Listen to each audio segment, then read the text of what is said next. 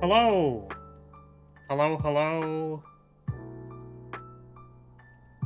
How's it going?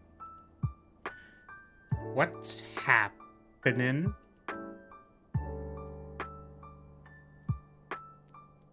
We're playing Spire today. Except we're playing someone else's Spire. I'm slaying someone else's Spire. We're trying it again. We're gonna look at a mod. This mod happened to be the mod that was on the front page. So this is funny because I'm like, man, yeah, who's up slaying the Spire?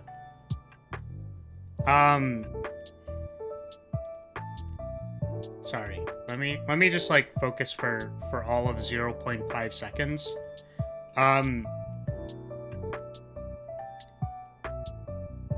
I checked the front page. Yeah, wow. It's so weird. I feel like I'm in a daze before I start streaming. Like, I'm just kind of, like, doing stuff. Like, I'm just getting stuff done, usually. And then I, like, go live, and I'm like, oh my god, I haven't spoken, like, all day today.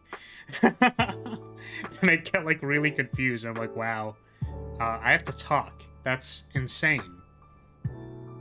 I found this mod, because it was on the front page. Last night. And it's really funny because I actually don't want to go find mods that are good. Like, I think I would rather just like take a look at the mods that are just like 500 subs or something and then just like see what's going on with them, you know? Like, I don't like, maybe one of these days I'll take a look at, like, a very popular mod, and then be like, oh, you know, like, let's observe what this person did, like, maybe why it's successful.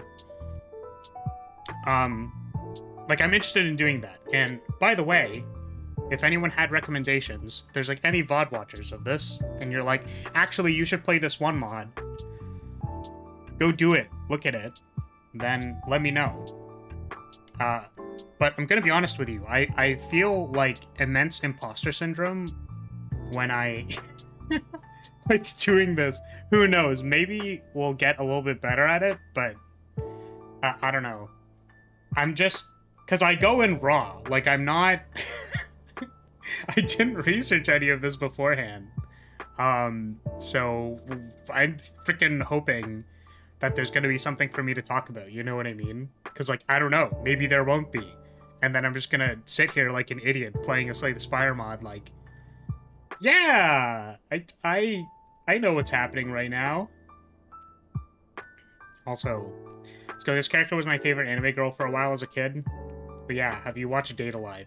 So it's really funny. Okay, so the reason actually why I picked this one, welcome by the way, to Pyotr, Krayos Poi, Rance, and James. Welcome, welcome. I have not watched Data Live. I know that it was, like, out when I was watching anime. I just, like, didn't watch it. I was like, oh, those, like, designs are cute, I guess. And then I just, like, didn't actually watch it. But yeah, so part of the reason why I chose this one was because it's an anime girl. And this is going to be my stereotype that I think about when okay, so hear me out. So they put an anime girl as the art, which means that we're going to experience the finest balancing known to man. That's what I am anticipating, is that we are going to experience the most balanced thing I've ever seen. It's going to be great. It's going to be fantastic. It's going to be the most balanced Slay the Spire character. Because, yeah. I don't know. I guess I understand that, like, people are like, okay, well, I wonder what this person's powers would be in, like, in the context of a mod or a game or something. But I always feel like it's like, okay, my waifu is the best, so therefore, I am going to give them the most powerful broken things ever. And look at me, I love anime girls. Crazy.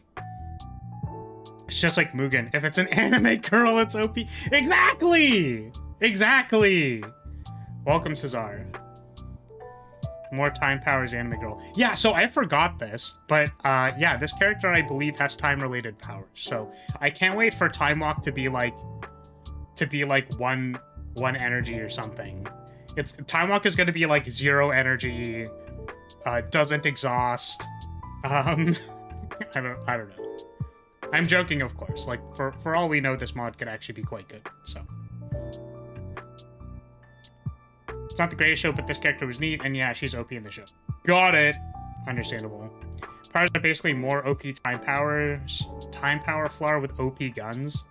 Why does she have guns? I don't understand. Why she got guns? Oh, hold on a second. I'm getting pinged.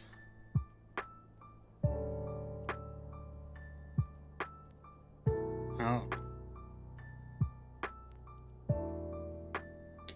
I'll figure that out later. I mean, meow? What? Booba? Yeah, animal ears are very effective, and so is Booba. I'm gonna change screens. Okay. Hello, everyone. Welcome, welcome. She has guns because she never skips arm day. Thank you for the headpads. Yes. She's got... Well, the one thing she doesn't have... the one thing she doesn't have... Can't wait to get the tiny chest relic. Ooh, it's gonna be so fun. Anyways. If we don't get tiny chest on this character, it's gonna be an insult to me, specifically. Flower almost never skips arm day, at least for one arm. That's correct. One arm is stronger than the other arm. We'll say that. Tiny chest. Yeah, the relic. The relic tiny chest. Okay, so, yeah, damn it. I didn't think more about the disclaimer that I said last time, but, once again, we're not going to comment on, or for this one specifically, we're not going to comment on awkward wording, because I believe it said in the mod description that, it was, like, Google translated, basically, so we're not going to worry about that. At least it's bigger than you, I'm going to ban you. Nice, welcome to being banned. Put user in timeout, 5 hours. Got him. Got him. See, that was a bait. That's what we call a bait post. Is I made the post with the intention of baiting you to say something, and you fucking showed your entire asshole, dude. Get banned. Okay. So, yeah, so we're not going to comment on wording, because I'm led to believe there's probably some awkward wording for things. We're just going to try and understand what the character is trying to do, what the design intentions are. We're not super concerned with, yeah, we're not super concerned with, like, if the programming works or doesn't work. Like, we're really just looking at, like, what is this, what do we think this character is trying to achieve? And, does it achieve that? Which is going to be more of like a macro observation of, like, you know, damage, spread, and stuff like that. Like, it really depends on what we want to talk about once things become apparent. But yeah, we are talking about the design of the character. We are not talking about nitpicky bullshit that I think doesn't matter. So, relic at the start of my turn, get Shadow 1. So I do not know what Shadow 1 is yet. And sounds good. This character has 75 HP. I think that's what I have. Oh, I'm 74. God damn it. She has one more HP point than me. No! I think we all know why she has one more HP point than me. I'm not gonna say it. You're not gonna say it either, chat, or I'll kill you. Hopefully there's no word soup like some scapegoat cards. Well, I don't know. Okay. Okay, what does shadow do? You can use a particular card using a shadow. So this way to make up for shadow's time. Make up for time? Okay, so this seems to be like a character-specific keyword. So I guess we'll find out what this does. I know that it was advised against for your relic to be like very, very character-specific. Just in case people want to boss swap. But, I don't know. Welcome, Rav. One more hit HP point? Yes. One more hit point. She's got 2 points up on me. Okay. What are we gonna do? So we are on Ascension 0. We're probably going to path to Elites and then go fight a boss. And we're gonna see what happens. We can go to this Burning Elite on the side. Oh, there's like 2 early shops. That's kind of unlucky. Common Relic. Remove a card. Oh, I should read the base deck, but we're not gonna worry about that. You know, maybe I don't get the Burning Elite now. I can get it later. Because I don't like this like double shop thing. Like I don't want to be forced to go to the shop and then lose value. So I think we're going here. This way. Could also do this. This has the bonfire before. This has 2 bonfires after. 1, 2, 1. Yeah, so like these are pretty equal. I'm just gonna take this middle one. Sup and FU, I got Mountain as my last free pull. Anyways, always need to see Kurumi. Yeah, I don't have any baggage with this character, just for the record. I just know she's an anime girl. Yeah, we don't have the tiny chest relic yet, Cesar. We don't have it yet. Okay. So, oh, I should read the starting deck. So, we have attacks, we have defense. Shadow 1. Okay, well, hold on a second. At the start of my turn, get Shadow 1. So, I'm guessing this just goes up over time. So, this is like... my thing at turn 3 does this? Maybe? I don't know if... so does it do all of them previous as well?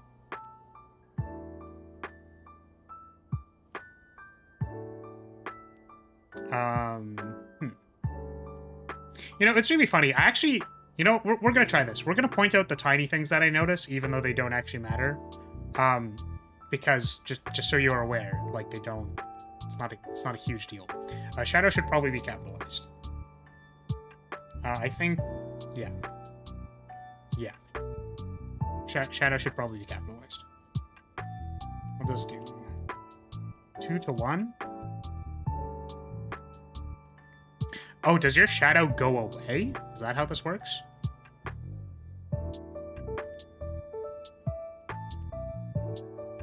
So if shadow is temporary, that means like this, you start with 1, and then you need to like play this in order to get like up to 3 to do this. The interesting thing is, I don't know when you'd ever be at 2. Oh, like if you had another card. Yeah, so like if this was in your hand and then you had another card that gave you shadow. So I guess... Yeah, so this is going to be like...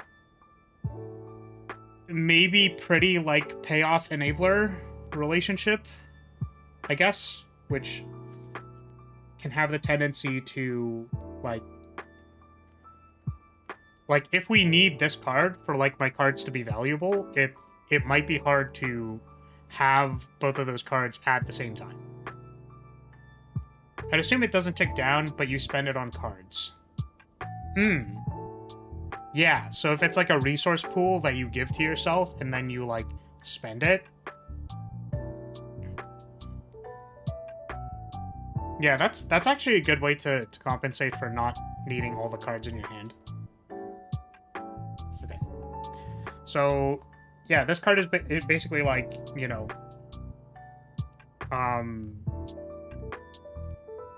what's it called? Strike Plus. It has healing on a base card. All the numbers going up on this is also like, wow.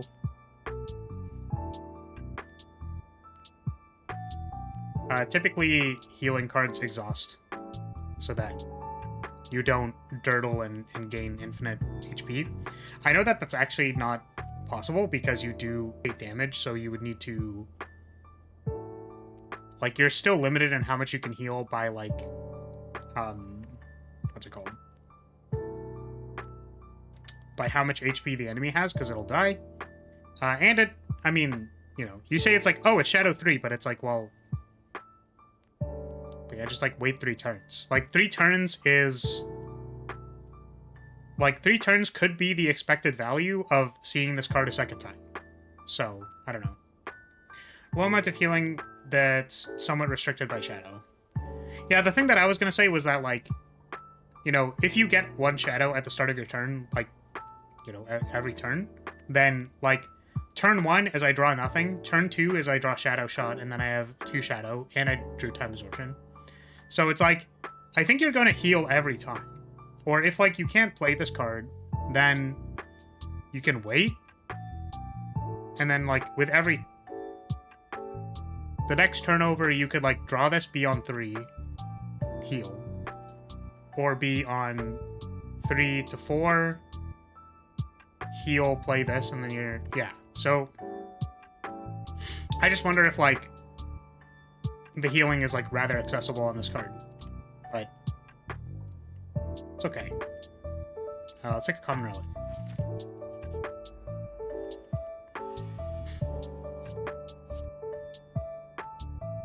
Yeah, I guess the thing is that, like, this really is just like a sit there do nothing card. I'm gonna pay 2 mana to do nothing. It's kind of funny. Yeah, so let's use this. We can't block this anyways.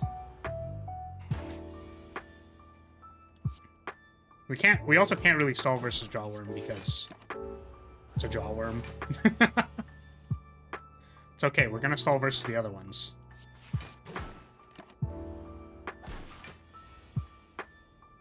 Okay, so we have 6 Shadow.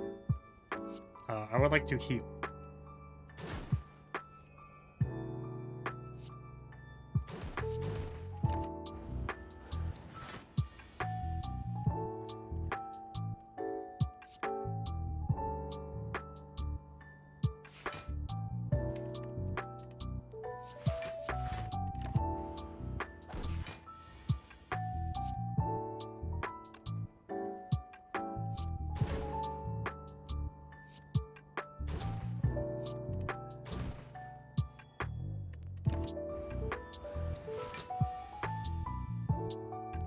No options either, which makes sense, but it'd be nice to be able to use less Shadow if you wanted to. That's kind of interesting, because... Because I think there was a problem with cards in Shadowverse that had, it's not like a problem, but that had modal based on how much energy you had, and, like... It's kind of like part of the card, rather than it being like, oh, well, I want to play the other version of this card. It's like, well, then you have to find a way to put your energy below the threshold in order to, like, not use the excess resource or not, like, cast it the other way. Whereas, like, I know that for Command, I was basically thinking, like, and I'm going to talk about flagbearer. Wow, crazy. I think I should be able to... Should be allowed to talk about it because that's, like, kind of where my design experience comes from in regard to, say, the Spire. It's that, like, it's possible that choosing the mode on a base deck card is just kind of annoying. Like, if I had to... If you think about it, like, how many times am I going to play this in a combat? And how many times am I actually going to want to decline heal 1? Whereas you could just, like, sequence it a different way. Because, like, if this card gets played multiple times in one combat, like let's say the floors are like how many floors are there, right? 1, 2, 3, 9, 10, 11, 12, 14, 15. Yeah, it's like 16 per act. Is that correct? Like 15 and then a boss. So 45.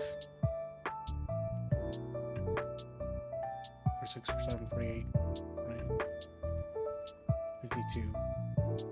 Yeah, 52, but like not all of those are combats. So let's like say 25, like literally half. 25, but you see this card like 100 times in your run. You know?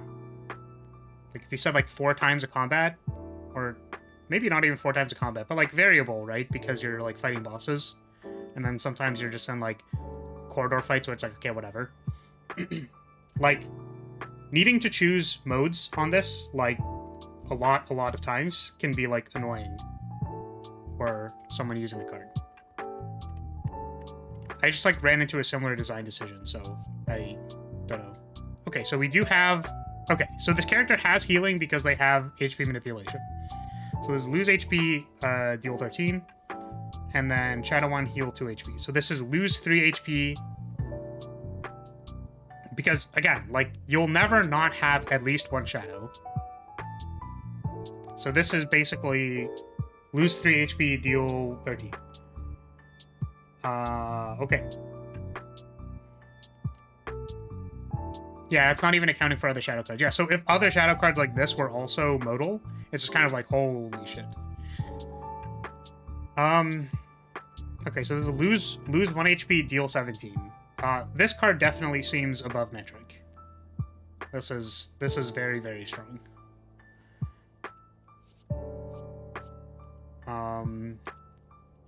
IMO. So this is a conditional gain energy card. So that's like, this is actually like kind of interesting. Because I don't know yet what the value of Shadow is. Because, like, I'm not sure what degree it can be generated, I guess. Because our starting deck card is two energy for 2, which I can only imagine is, like, the lowest conversion of this resource, like, the least efficient. Because we can also get 1 for 0, right? So for example, like, I look at these cards and go, like, okay, you know, oh yeah, apply slow. I don't know what slow does. It's not keyworded. So the thing that I was going to say was, like, someone might look at this card and say, like, okay, Shadow 1, Shadow 3, Shadow 5. And then it's kind of like, how am I ever supposed to get Shadow 5? Or, like, is 5 Shadow, like, the correct number for this? Slow is the head effect? Oh, that's really interesting. That's, like, a cool thing to apply to somebody. Oh, that's interesting. It goes down to a lower Shadow cost. But it's still 2 energy? Does slow go away? Or does it just stay on them? Because that's kind of cool, actually. This doesn't have exhaust, though. So this is a card I would kind of, like, this kind of reminds me of, like, Shockwave. Like, a card that applies debuffs and then kind of, like, goes away. Considering it's not a number, I'd assume it's permanent. Yeah, that's kind of what I see. Apply corrosion. At the start of each turn, you lose HP to this number. If an enemy dies due to corrosion, maximum health increases by 2. So it's like static poison, but you get HP from them. That's really good. So HP... So corrosion is assumably a mechanic. Like a mechanic that's going to be on other cards. I wonder if the payoff of of increasing your max HP is, you know, like that is an effect that is basically only on feed. On Ironclad, who's very HP focused. So I understand that this character also has HP related cards.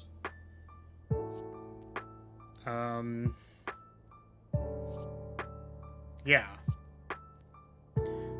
I think the thing that's interesting about this, that I'm like thinking more about, like the thing that would interest me right now is kind of like what is the correct number for Shadow? You know what I mean? Because I think gaining 1 Shadow a turn is like probably okay. I just wonder what that means for other cards. Because, for example, I kind of wonder if like cards with Shadow 1 are just like if that's just kind of weird. Right? But maybe cards with Shadow 1 are meant to, like, manipulate this resource. So, for example, I don't want to use Shadow 5, the thing that you were saying, Poi, where it's like, I don't actually want to use Shadow 5, because I want to have Shadow for the next cards in my deck. So that's, like, kind of interesting. You're managing, like, a separate...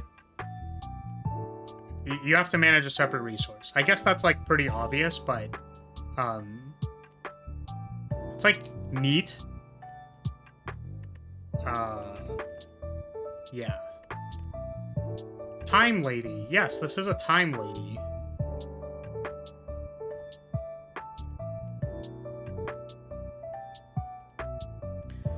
Poison Feed, I assume it triggers at the start of the enemy turn, but if it happens at the start of your turn, that makes a neat wrinkle to make it weaker. Is Blood and Shadow that above rate? It's 3 more than Twin Slash for a not insignificant HP cost. I guess it's like... Yeah, maybe this is similar to... What's that one Ironclad card? There's an uncommon. I guess when I say it's above rate, I say like... It's just higher than... like, the damage per energy that I'm expecting.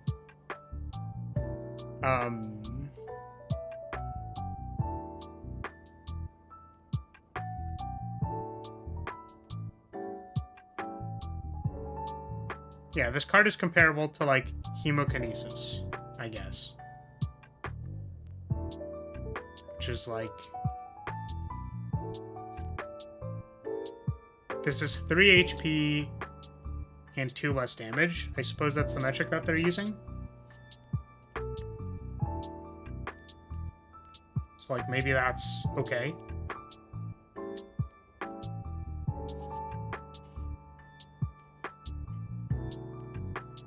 From Data Live, yes. That is correct.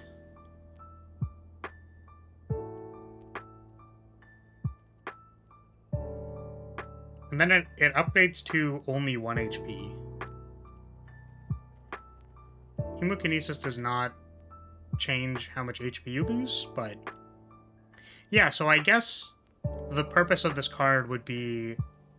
Once you upgrade it, it triggers any HP loss synergies.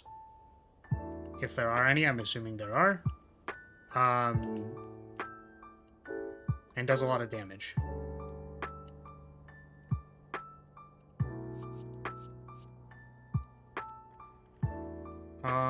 We'll take a damage card.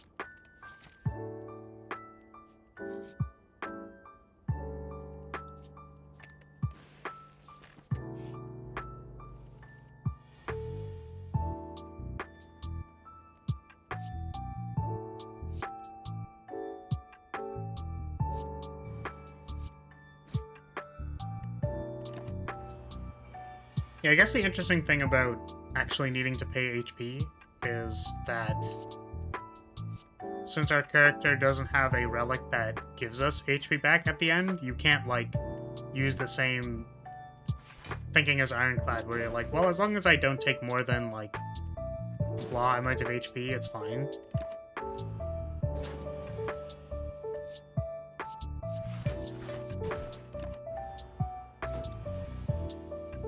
Oh, I guess like another interesting thing that I just thought of was that like a neat thing about like either a resource that you just like get over time or like the concept of having like a passive, like assuming this character is shadows are time. Like, sorry, I said I wasn't going to comment on the wording, but it's like time character maybe related to like passive gains of stuff over time is kind of like maybe that matches, right? Where it's like, yes, I get more time over time. Who would have guessed? It's like a cute way of interpreting the reason why that's there, I guess. I really feel like I need to get more more eloquent at speaking if I plan on doing this more. Okay. I thought this said cooked. It's like, you're cooked, bro. Okay. Deal 10 damage X times. Add a wound X cards into your draw pile. So this is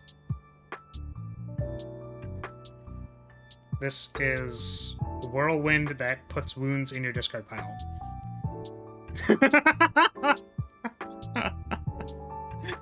This is a wild card. X plus 2 times. Blood and time, huh? Lose 3 HP, gain 6 block, gain 9 shadow. What is it? What is this? What is happening here? What is this? Is she like licking their ear? What is happening here? Hello? What the fuck is the point of the base deck card? Yeah, I mean, I was gonna say this, like, you know, the base deck cards need to be good, kind of. In my opinion, the base deck cards should be fairly strong, so that the point of the character is clear. But yes, this card seems immensely more powerful than the base deck card. The thing is, it's like, I think they are, you know, God, it's so weird, man. I just find it really, really fucking weird that we went from playing an HP-based character, right, like a character that is interacting on the, like, axis of HP, to another character that is now interacting on the axis of HP. And it's like, listen, HP is a very sacred resource in Slay the Spire, I said this last time, but that doesn't mean you can put, like, lose 3 HP and then, like, invalidate the base deck card. Like, I didn't even think about that point, but yeah, that's a good catch. This is like, this is block plus. You know, it would be really interesting if the base deck card was kind of like this one, where it's like, it's another block copy. The numbers might have to be different, but it's like, the expected value of how much shadow you're gonna have by the time you draw this is like 1.5, right? I think? Or is it just 1? Something like that? Like, in 2 turns, like, you get 2, and then you might see these cards.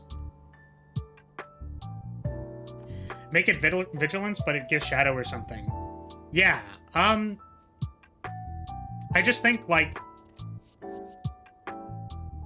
in order to solidify the concept of, like,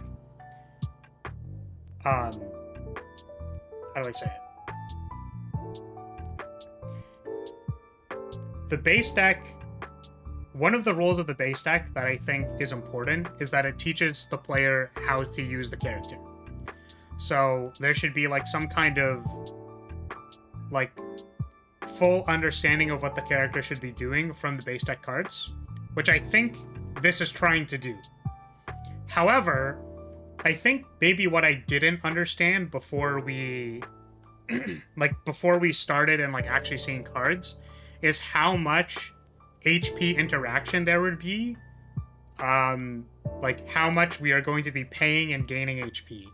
So I kind of wonder if like if this card could have said like pay 1 HP, gain block, gain shadow, like templated like this card, where you're like, oh, I lose HP to gain shadow, and then I use that to get my HP back using this card. You know what I mean?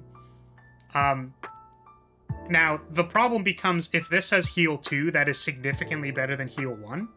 But I almost, like, envision something like, this says pay 2, right? And then Shadow Shot is heal 1. So you can understand that, like, paying the HP is more or less, like permanent. Like, you will be going down in HP in order to interact with this system. But then I think you run into problems with, like, then I never want to play Time Absorption, and I'm going to rely on, like, this thing. I'm going to get 3 Shadow, and then I'm going to heal. I'm going to remove this from my deck. You know, like, stuff like that. Which is why, again, I just, like... I just think it's too difficult to function on the axis of HP, like the way that this mod is trying to do. So,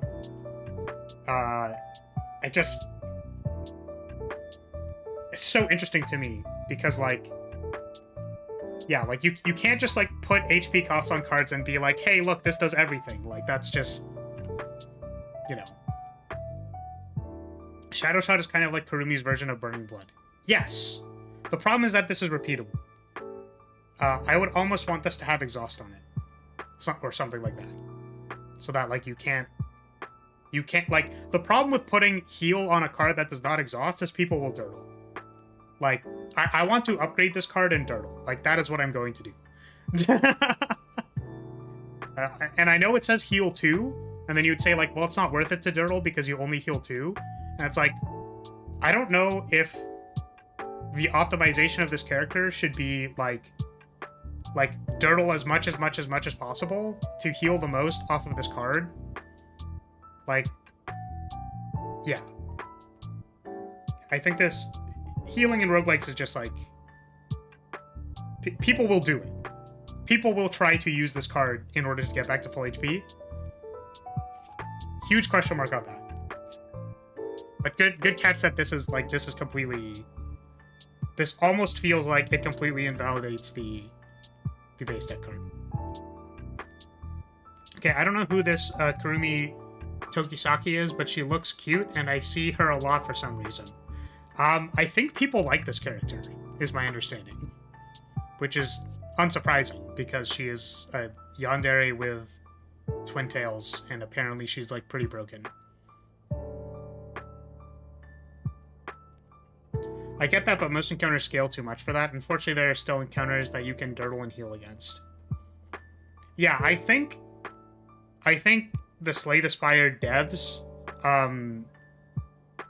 stance on this, and this is just my interpretation of it, was that, like, there is literally a keyword for cards which heal so that you cannot get them off of exhaust cards.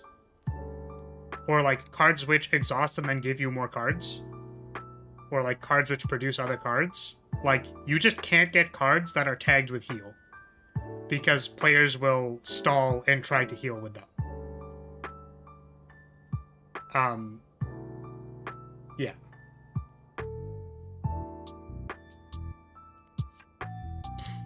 It's kind of like protecting the player from themselves, I guess. Or, in the cases where it's optimal, it's just kind of like dead time. So, the cost of this card changes each time it is drawn. You never know what will happen to your enemy. I mean, this card, it is impossible to know what this card does before picking it. Which is, I would argue not very good. And this is an uncommon. Even when it's optimal, it's still protecting the player from themselves. Yes. I'm a massive yandere fan and a certified crazy woman lover, then why are you here? I'm the sanest VTuber around.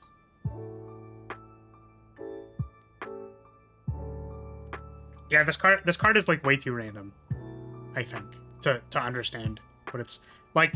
I can't just pick a three energy uncommon that I don't know what it does. First of all, 3 energy is an insanely high cost in this game. And just you never know what'll happen to you. I don't know, man. It's crazy. I'm here because you're cool. Wow, that is incredibly nice of you. The girl with heterochromatic eyes is cute and Jesus Christ. Oh my.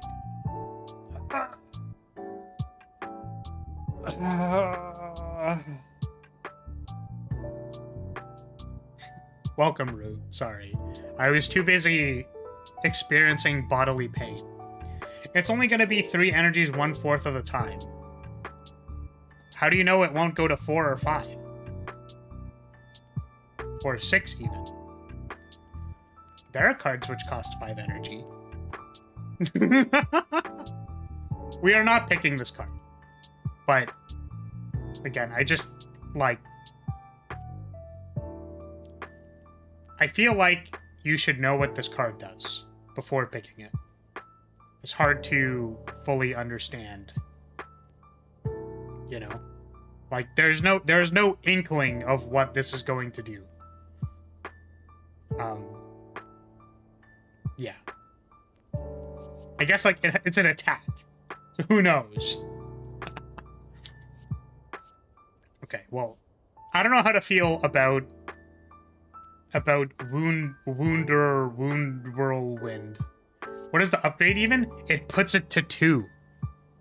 It puts it to 2 energy point. What does that mean? What does that do? I don't know. Yeah. Broken Cat is the best card because it's a cute cat. Understandable. Why is the cat broken? I don't know. That's technically a change. It is, but the card cost changes every time. Wait, doesn't that make it worse? Because isn't it better if it's 3 and then it can change to...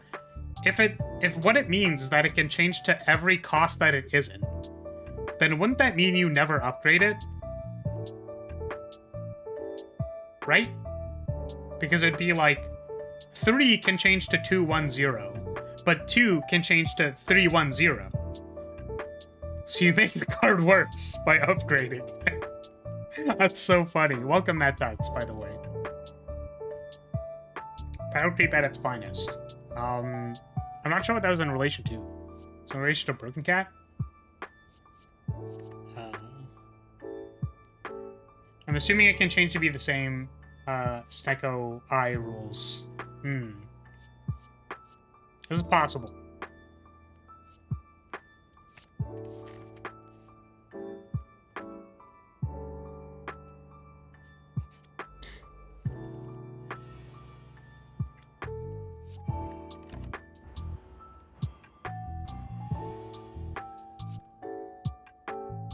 Bonk. Yo, the sound effect is a bang bang. Great. How to said meeting, what's the opening experience so far? This card is questionable when you look at the base deck. So I think the main comments we've made are that time absorption itself as a card seems like immediately invalidated by a common card, so like that's a little concerning. So I guess the question in this case is like, what is the balance of the base deck card in relation to the cards you put around it? Right, like this is a common. And then there was also the commentary that like this character seems to interact with HP a lot, like you lose HP or you pay HP. This is probably supposed to keep you in line with doing that, but there is the like idea that interacting on the axis of HP is really difficult in Slay the Spire, and typically in roguelikes because people will like dirtle.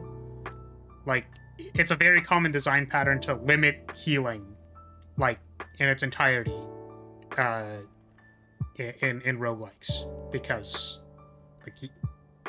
then people will abuse it. It's possible that the healing with the base deck is not strong enough to, like, actually dirtle well.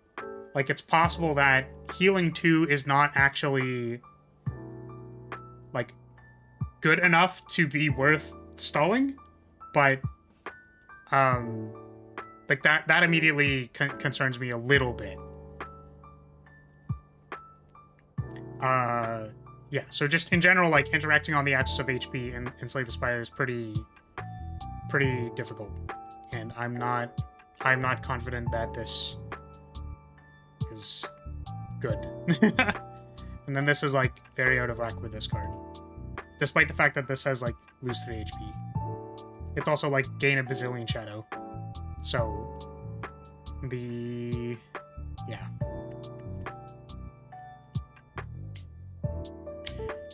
Here's with the Blood and Time card, since it's a lot better than that one you start out with. Yes, exactly. Now, the obvious thing is that, like, I'm not going to play this every time because I don't need 9 shadow, right? It's just a bit odd. Why does it get +6 stats from an upgrade? It's a common. Yeah, so I know that I think the average stat increase is like is like 4 or something. What I think is important to note about that poi is that we don't know what the value of shadow is. So this was the same comment that I made about Brand with the other character, which is that, like, the correct number for shadow could involve giving this a +3 upgrade. Like, we just don't know yet what the actual, like, axis of this is supposed to be. Yeah. So it's like, oh, it gets +3 shadow, and it's like, well, going by Blood and Time, shadow has nearly no value. That's not what I'm saying, but I think you understand.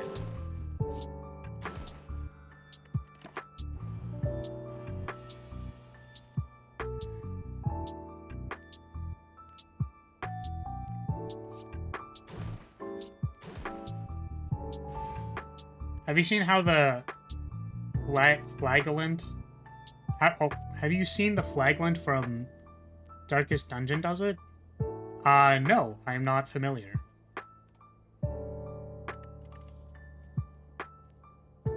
Okay.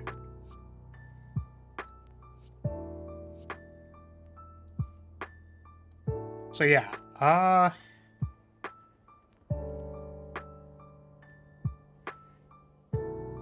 this is two energy for 8, 16, 24 block. How do we feel about 2 energy for 24 block?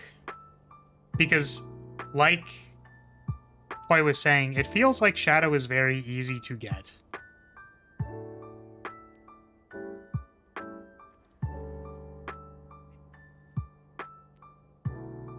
Saying flagland with a hard G. Is it flagellant?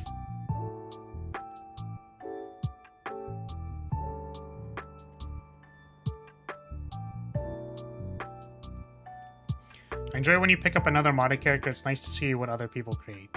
Well, yeah, the purpose of this, you know, I guess what I'm gonna say series is that, like, it is an opportunity for me to actually talk about game design. Because, like, sometimes I will make funny comments about things in games and be like, oh, that's kind of funny. But this is literally just, like, I'm not super hyper experienced or anything. Like, I'm literally just trying to sit down, look at these problems, and then be like, okay, what is happening here? You know? J sound in flagella. Flagellant. Janendorf. But yeah, so there are a lot of cards that have shadow on it. So we can appreciate that there's like an opportunity cost to this resource, or like there seems to be like an actual real opportunity cost. The interesting thing, so this is an interesting thing about commons that I would like to point out, which is that, or commons versus like cards in the base deck, is that, so if we picture what is happening at the start of, Arena Slay the Spire is that you have your base deck, and then ideally, I would say, this may be just an opinion, but like, your base deck cards should interact well with your commons, because your commons will, I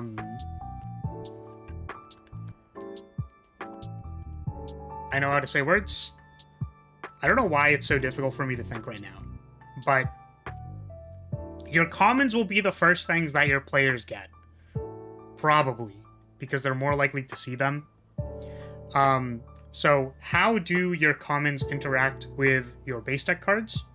So I imagine you get one shadow at the start of your turn, and then I imagine using something like time absorption. The thing is, time absorption costs 2, which we've already noted is probably like very low value in comparison to the other like production, like shadow production cards. It's a little awkward with this card.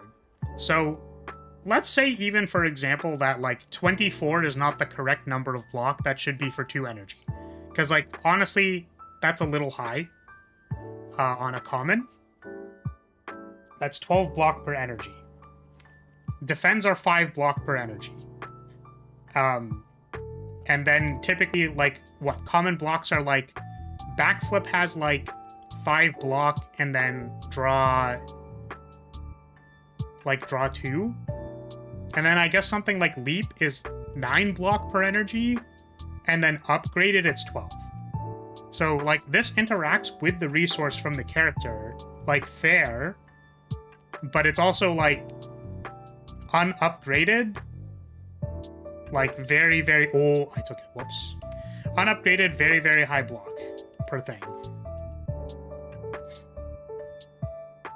Yeah, so I guess the point of this is that if you upgrade it, it's easier to play with this card. But the point that I was going to get at was like, maybe if this costed 1, then you can do stuff like, I'm going to play time absorption, then I'm going to play this card. I think it's kind of awkward that this costs 2 and this costs 2, because you will probably see this card and then you'll want to pick it as a blocking card. That's a very strong upgrade, holy. The making this one energy. Yeah, because then it becomes 24 block per energy, which is very high for sure.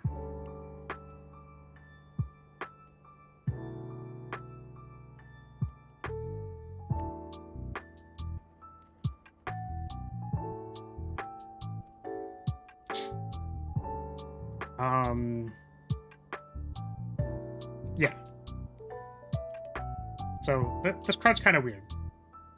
It's probably overstated, and also that like it's weird how I almost want it to interact with the base deck, but it like doesn't. So I guess an example of me thinking about this with another card was like retrace and synchronize. So I want to be able to play synchronize and then retrace it back to my hand, right? Because it's a card you want to play again, and then if it's like value is a card that you can play again, and I want it to interact with the base deck, I mean synchronize is an uncommon. Like, how do I actually facilitate what I wanted to do with the base deck is kind of like what I'm getting at. I feel like the fact that this starts at 2, which like it could probably just start at 1 and then upgrade to 0 because like you can get shadow very easily, right? It's like I feel like this should lead into this card or like other shadow cards. Cards with shadow 1 are basically facilitated by the relic and are more than likely just about like manipulating how much shadow you have so that like maybe you don't want to use 4, so you do this one first.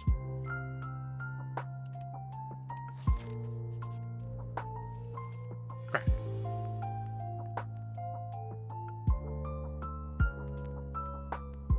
yeah. I guess I know we took this card, but I feel like my problem is that I don't want to use it yet because I don't have anything that costs like 9 shadow. Yeah. Okay, sorry. He uses HP to attack and uses skills. However, it has a policy where you recover X minus 1 HP of the cost of what you did, and then it becomes more of a manage to not die on the combat. Yes, it is very typical with HP related costs to be net neutral. This is correct. Because if there's a way to go positive, then people will farm it. So I guess a good example is like Ragna from the other, what's it called? Ragna from the BlazBlue roguelike. Because he spends HP, but usually gets the same amount that he puts in, or slingshots past where they used it. So it's like, there's interplay. The lower, yeah, entropy effect. The lower you go in HP, right? That's risky because you can die. But when you're at lower HP, oftentimes the percentage, because it's based on percentage current HP, but the HP gain back is static. So if I use something that costs 10% current HP and I'm at 200, then that's just 20. But then I'm going to gain back, I'm going to gain back like 200. So I'm going to go up HP, which is good because I want to keep myself alive. But for example, it can't like go past a certain number. So the person who's the designer who has to balance that number will do something along the lines of like, I need to fit the math curves of like how much HP they get back and what the percentage paid HP to use an ability is. And all of those are going to say like, you can't really go past 75% HP. So like the amount of current HP you need to pay will balance out so that you're kind of floating around like 50 to 75% HP. And like, that's very complicated to balance. I think it's really cool in entropy effect because like it's an action game. So there's always a chance you just die because things are attacking you. Like that can just happen. So healing's a little less, I think, restricted in that case. But like that would be an example of like another example of how people would handle healing in a roguelike. Is that like you can go positive, it is part of your sustainability, but there's like risks to going to low HP because it's based on your current HP. I actually think Ragna's really cool because of that. Okay, however, there is a build to make that character where you can go positive and all your overheal goes to your teammates and then it becomes a powerhouse. Yeah, I imagine so. This can be mitigated, like this is mitigated in Slay the Spire because enemy scale. So I imagine in Darkest Dungeon it's something similar, where it's like, okay, it is pretty strong, but like the amount you can heal by is like, in comparison to the combats that you're fighting, like it might not be as valuable. It's just, I think that the devs of this game recognize that like people will try to farm healing and they will try to create situations where they can farm healing. So it's kind of like a dangerous thing to play around with in this game in particular. Also, you never know when your heal will truly heal you up all because it's Darkest Dungeon. Oh yeah, so like there's a % chance stuff will fail, right? I'm actually not very familiar with the game. It always goes back to math game design. Why? Because at the end, math is the best way to understand reality. That's not true. True, but why is it so horrible? I mean, this is the thing, is that like, math is required probably to get the numbers right. But like, before that, like, how do I say this? Math is important, but overarching design is also important. And the one thing that I was saying is that the overarching design of playing HP in Slay the Spire is like very complicated. And people seem to just like throw it around with their modded characters. I don't know how we rolled 2 HP spending characters. I was just picking random characters, man. Like, it's not supposed to be that complicated. Holy moly.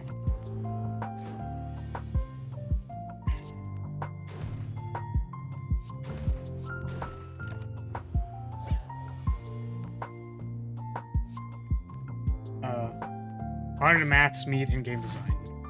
Kind of, yeah. I mean, game design is usually... Ooh. Ah, no! I messed up! No! I could have played the thing. And I can't turtle, so we kill it. Game design is very heavily multidisciplinary. Fucking god, that's amazing. I did fuck up. School uniform! Whoa! Whoa, school uniform. Alright, sorry. Deal 5 damage, gain 5 block, gain 5 gold. So I will say the same thing that I said for the other thing. This is a farmable card. This does not have exhaust. And it's 0. This is 0 energy, strike, block, gain gold. This is probably not the right number.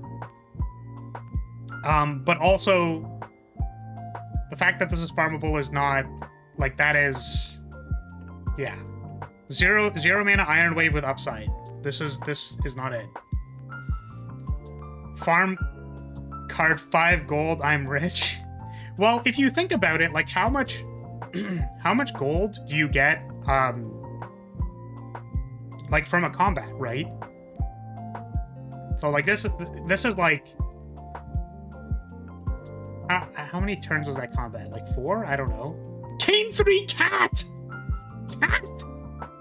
Draw a card. Cats! Gain cats! It's very funny. Imagine if after you picked up that card, the sprite of the character changes. That'd be cool. 15 to 20 per combat. Yeah, so this is basically saying a card that you are going to play anyways. This falls into the same things, by the way, which I said about Brand, which this is a 0 energy card. There's no opportunity cost to drawing this card and playing it, except for the fact that it might not be as strong as another card, which we've already said that, like, Iron Wave costs 1. If we use that as a heuristic, that means this card is over 100% better than Iron Wave, simply on the axis of energy per stats, and also it gives you gold. That's wild. Okay, double tap. I know other modders have problems with this, or like I think there were comments about this, like for example with Miracle, the card Miracle. Double tap is already a card. Iron Wave is a perfectly serviceable card too. Yeah, I've heard people say that it's not, I guess it's like, it's not the best at like Ascension 20. It's like good because of Knob, but you know, anyways. Double tap is already a card, so it's really funny to see it as a... Maybe I should make a bingo card. Just have it be really funny. Yeah, so deal 4 damage 2 times. Shadow 1 apply, 1 vulnerable. A Shadow 2 draw 1 card. So, this is interesting. I wonder if this resolves in the correct order. Yeah, that's so interesting, because it almost feels like I want this to like be above this so that you can do more damage, because that'd be like really cool. How many pixels are these arts? I don't know. But then you wouldn't be able to tell how much damage it's actually doing, which is fair. So I think, yeah. Again, this is basically like 1 energy, deal 8, or 1 energy, deal 8 times 2 strength scaling, apply vulnerable, and draw cards. Feels like a common compared to the other cards, though. Yeah, I guess apply 1 vulnerable isn't, like, huge. I kind of like the idea of this being a common, and then it's, like, twin slash with upside. Right? Like, twin slash with, like, apply vulnerable. Like, that's kind of cool. Yeah, I guess, like, and then draw one card. Like, this is kind of like, it's, the thing is, like, it's doing so many things. You know what I mean? So, like, a card, I feel like cards which do everything are, like, you know, you just kind of take them. Because it's like, oh, well, like, this fixes my scaling, it fixes my card draw, and it's a ×2 strength scaler. Like, this is effectively doing 3 functions for a deck. Which is, like, I guess the primary principle is, like, opportunity cost. So it's like, when you pick a card in, say, the Spire, you go, like, I am choosing to take this card to, like, kind of fill a function in my deck or something. Like, I need more block, I need more damage, I need scaling, I need card draw, I need mommy milkies, like, I need milk, I'm a baby, like, you know, it's to fill some kind of function in your deck. The fact that this does 3 things is kind of like, it's a little rough. So it might lean towards the like idea of like auto picking. They bonked me because I said the truth. You bonked me because I said the truth. Listen, I want to be comforted. Bro, you're sick. Please go on. Oh man. With the upgrade, it's a bash and a pommel strike plus. That's certainly a choice. If you don't give it to me, I'm gonna ruin your life. Exactly. Exactly. Boys got it. So yeah, this one's, yeah, like 1 energy, 2 vulnerable, and draw 2 cards. Because again, like I think we're evaluating Shadow as like a pretty free resource on this character, based on the common giving us like 9. So this card seems pretty good. Yeah. I think it's just maybe serving too many functions, so like the opportunity cost of taking this card is very low. I guess another thing to say too is that cards like Backflip are very valuable, like to draw cards and block at the same time, because it is serving 2 functions. And oftentimes what you might want to be doing is like blocking and getting more options. Like that's pretty common, you'll need that. So same kind of thing here. It's 3 functions instead of 2. Anyways, I feel like I've been on that for a long time. I understand that the design of this character is very likely not like they're just having fun. I don't need to like be too critical about like this is clearly like a meme card, like, and they want it to be a meme card, so like you're good. Designers of mods are allowed to have a meme pass. I don't. So like obviously I am going to call this stupid for the purposes of design because I have no idea what a cat does or what gaining 3 cats does. But like I'm not gonna, you know, I'm not gonna shit on it too hard outside of the fact that it's like, okay, clear. Okay, so let's instead do it like this. 2 cat cards in a row that don't explain themselves, that might be a trend. Yes. So funny meme that this is a cat card that we have no idea what it does. However, comma, cat should probably be capitalized. If cat is a card that goes to your hand, it should show it here. So that we know what the hell it is. Honestly, you can have meme text here that's just like cat, and then it shows the like what it actually does on the side. Like that's fine. But I would say the understandability of this card is low. What are we taking here? I think I want to take school uniform because it's fucking broken. We're gonna take this card. Okay. Oh, okay. All right, guys. We need to talk about the design of this character. We're just gonna talk about the design real quick. We're just gonna. So the design of this character. Okay, moving on.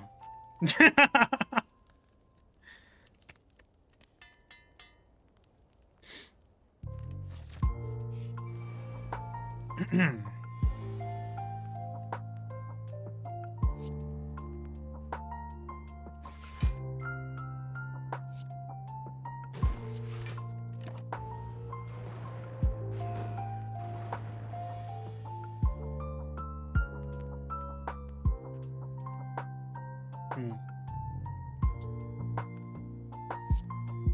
probably need to resolve this once. I think this card would be interesting as an exhaust card.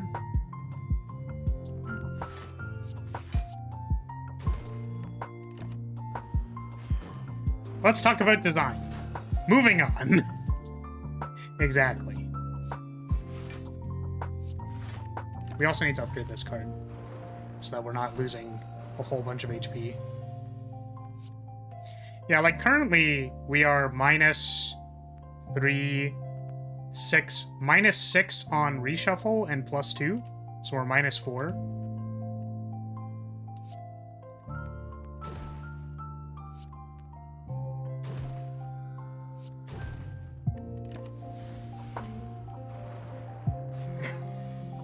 Let's talk about design. Go out of 10, no more words.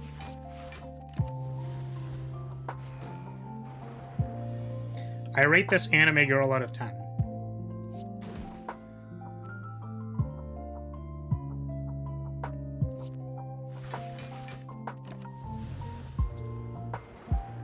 The fact that blood and time is just a slightly weak block on the turn it's played if you get attacked is wild.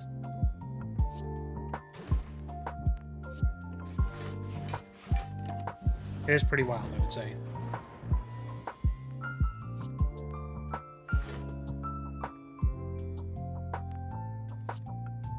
Yeah, so I guess the observation is here I would be losing 3, or I'd be losing 4, so I can instead choose to lose 3 and get like 9 shadow. I rated insanity out of attraction. I think we might actually like lose this fight, which is kind of funny to me. Certainly can't stall that much versus sentries. But we are struggling a little bit. Wait, did I heal? Was that a healing effect? Okay. Let's stall a little bit, or see if we can stall. We can't stall, we're dying. This is the same net loss.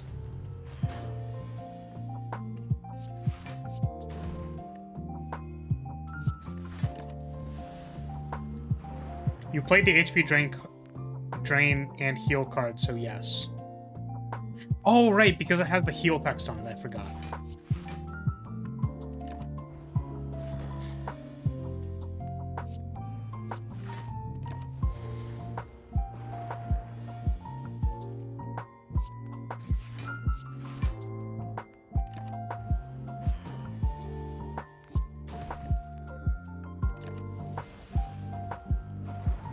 Huh?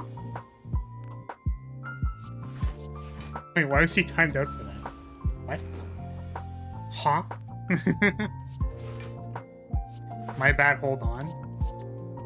We can't unhide it. Yeah, what? Huh? Poi actually getting banned on my channel. Hilarious.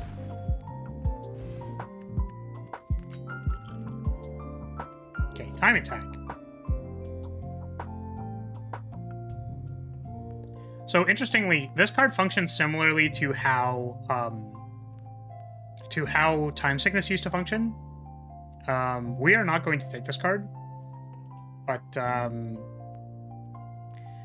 it's like 1 energy, get 3 strength and dexterity per turn with, you know, scaling.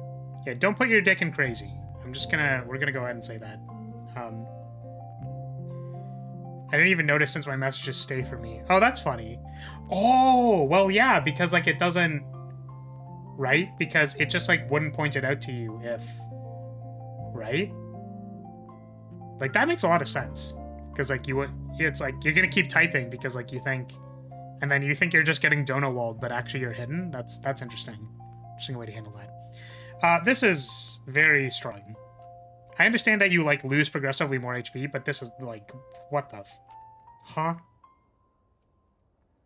it's possible that like, because corrosion is a thing, like, this is just, like, you know, the canon card. Is this like a canon event? Time attack is a canon event.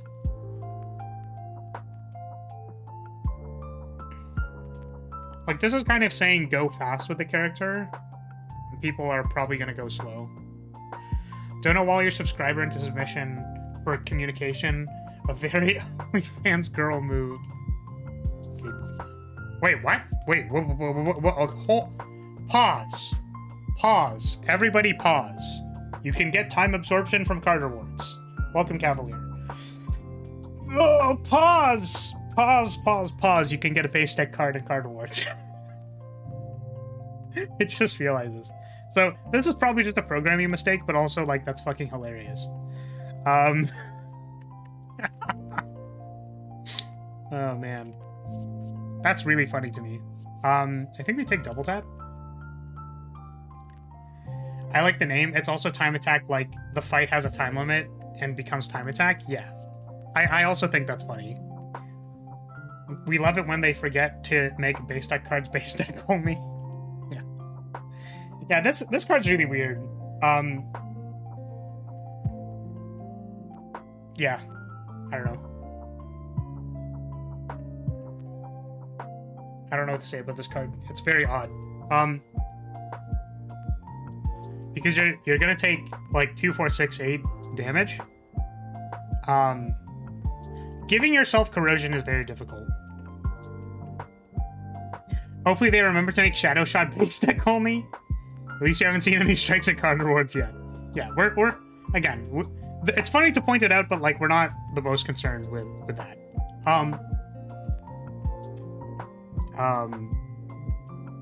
Yeah. Yeah, this card's really weird.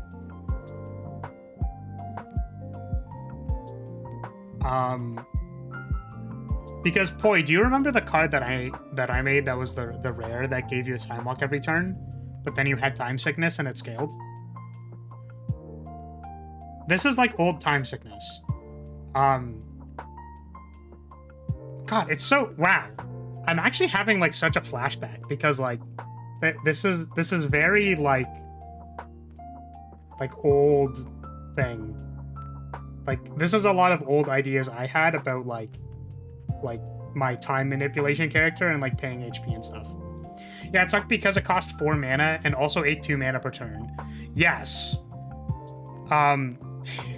So there was an old card. It was called like Walk the Infinite, which is now what is on March time or March of Time.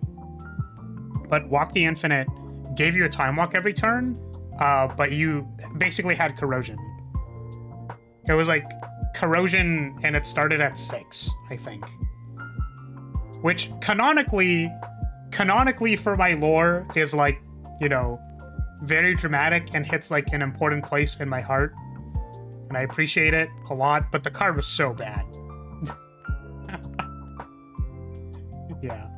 Well, Walk the Infinite is... The unfortunate thing is Walk the Infinite is a canon event. That is a canon event in my lore. But also, the card was terrible.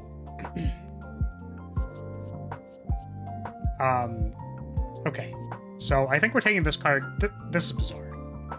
I don't think you could ever have enough healing to compensate for how detrimental this is to you.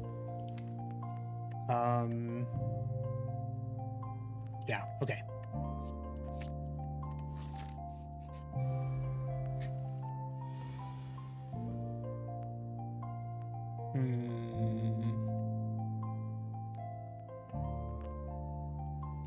I guess the interesting thing about this card is that it's Shadow 1, deal 9. So, like, you could just not have any Shadow and this card doesn't do anything. That's really funny. Unless corrosion can be blocked, in which case it's busted. Yes. That's actually an interesting observation because time sickness was coded as a buff. Or used to be coded as a buff because I didn't want people to be able to block it. It's like if you use your HP to do like divine time magic bullshit, you are paying the HP for it. Or in lore, that's like what it was.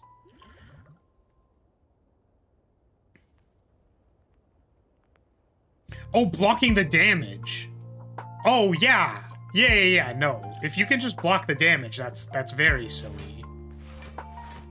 For sure. Hey, look, we got 9 shadow.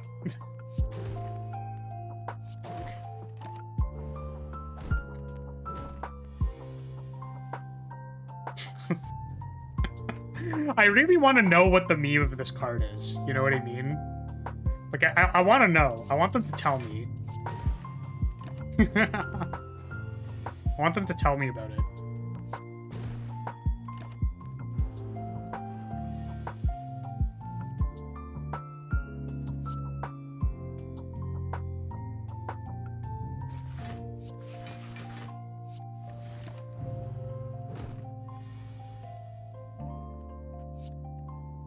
No! No, it's not worth it anymore. Shit. Bonk, bonk.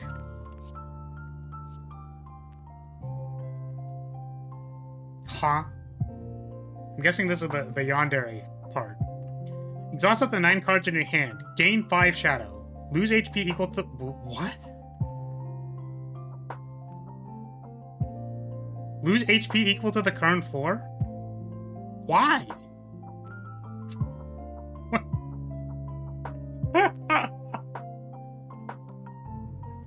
God damn it. This is definitely gonna turn into me just like being a... Okay, so I would like to comment on something. I feel like the primary function of this card is to exhaust 9 cards. Now, I would also like to say that if the primary function is exhaust 9 cards, right? Then that's like a late game thing. You know what I mean? Like, oftentimes, when your deck becomes very bloated, or things that shuffle curses or statuses, like in order to get rid of those, like that's a valuable effect later on in the game. So the fact that this has like a negative feedback loop is very, very strange. Yeah. This card is not good. For sure. But also, I feel like... Okay. This is another card where, like, I just need to know what the design intent of this card is. Like, if the point of this card is to gain shadow, like it's a shadow enabler, then 5 shadow is a question mark. Like, I don't know. Like, this character feels like you can produce shadow very, very easily. You can produce shadow very, very easily. So 5 shadow doesn't seem like it's much, and, like, I don't know.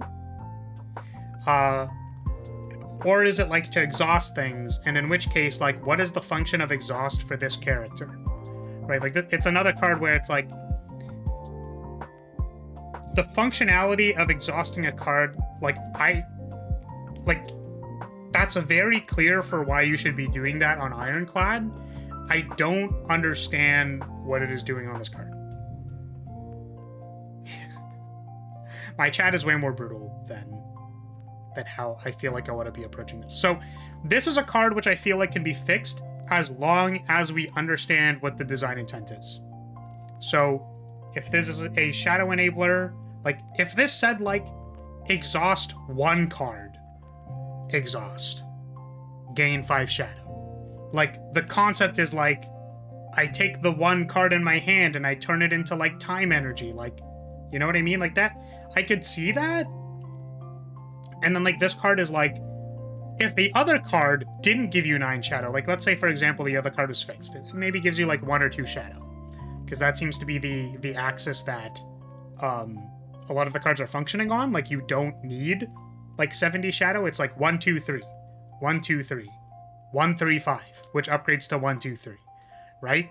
So this card would give you enough shadow to enable another card because it's 1 energy, and you exhaust another card, right? So exhaust in that case would be a bad thing, and you're like, I don't want to have to give up a card in order to gain shadow. Like, it becomes more similar to recycle, right?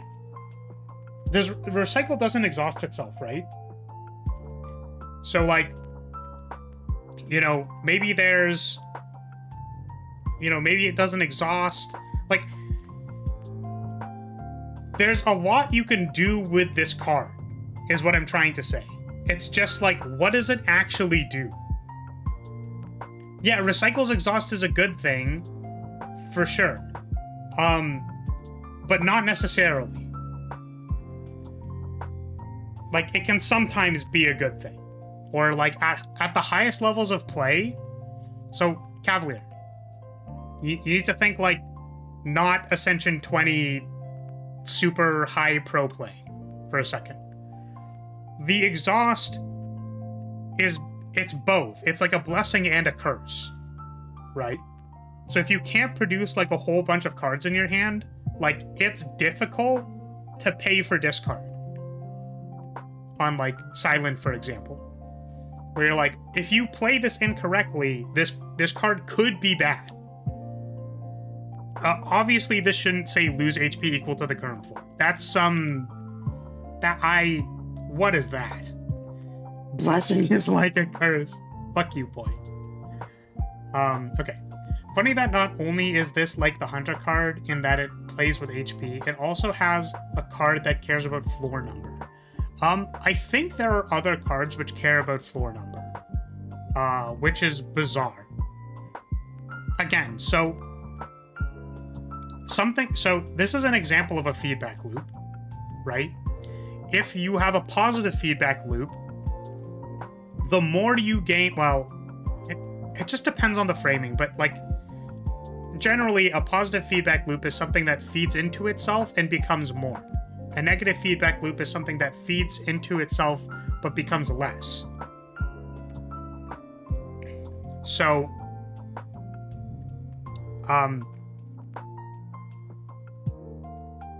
the framing could be this card gets worse as you succeed. So, like, it could be seen in that way as a negative feedback loop. The more successful you are in the game, the weaker this card becomes. Or it could be framed as a positive feedback loop because with more floor levels, it does more damage to you. So I guess a negative feedback loop is just a positive one used in a way to like harm you rather than help you, is what I'm trying to say. But if we consider what the context or the function of that role is in design, right? If you pose it as a negative feedback loop, as in this is good at the start of the game, but not good at the end of the game, then what its function is to be good in Act 1. Interestingly, you could make a card that's like that. You could make a card that's like, this will help you in Act 1. It would probably be a common, because you find more commons in Act 1. Like, this is good in Act 1. Use it in Act 1. You probably want to remove it by the time you get to Act 3 or like Act 4. Right? You can do that. Like, you can use the function of a feedback loop correctly and, like, do that. Right? But yeah, it's like, do 60 damage to yourself once you get to the heart. Like, that, there's no way. Like, that is super off. Right? Yeah. Or the other way around, you could have a card that's really bad at the start of the game, but then by the floor, like 60, it's very, very strong. Right? You can do that. I think having a card which you can pick, like, it's low opportunity cost to just put a card in your deck. You know what I mean? Like, if there was a card that said, win the game once you get to the heart, like, pick this on floor one, like, pick this whenever you see it, because by the time it gets to the heart, it's just like way too good. Yeah, something like genetic algorithm, like that's not exactly the same.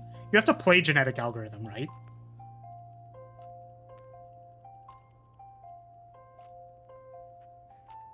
So the thing with cards that scale like that is that those cards have risks to them. So like genetic algorithm is very good. You know what I mean? Like, it is a good card. The problem is that if it's just gonna end up being weaker, or like you can't stall enough to make it good, or something like that, like there is an opportunity cost. It's the same thing with lessons learned. It's like the card itself is like kind of weak to play, and it's like hard to fatal things in order to upgrade your deck. So like you kind of consider the downside or the opportunity cost. You know what I mean? Yeah, like all the Slay the Spire characters have a copy of like a permanently scaling card. Like I know that. Like I'm aware that that is a thing. I'm just saying that like often there's an opportunity cost to those. So like it's possible that the card is just too weak up front and I can't justify taking it. Like there's still a choice.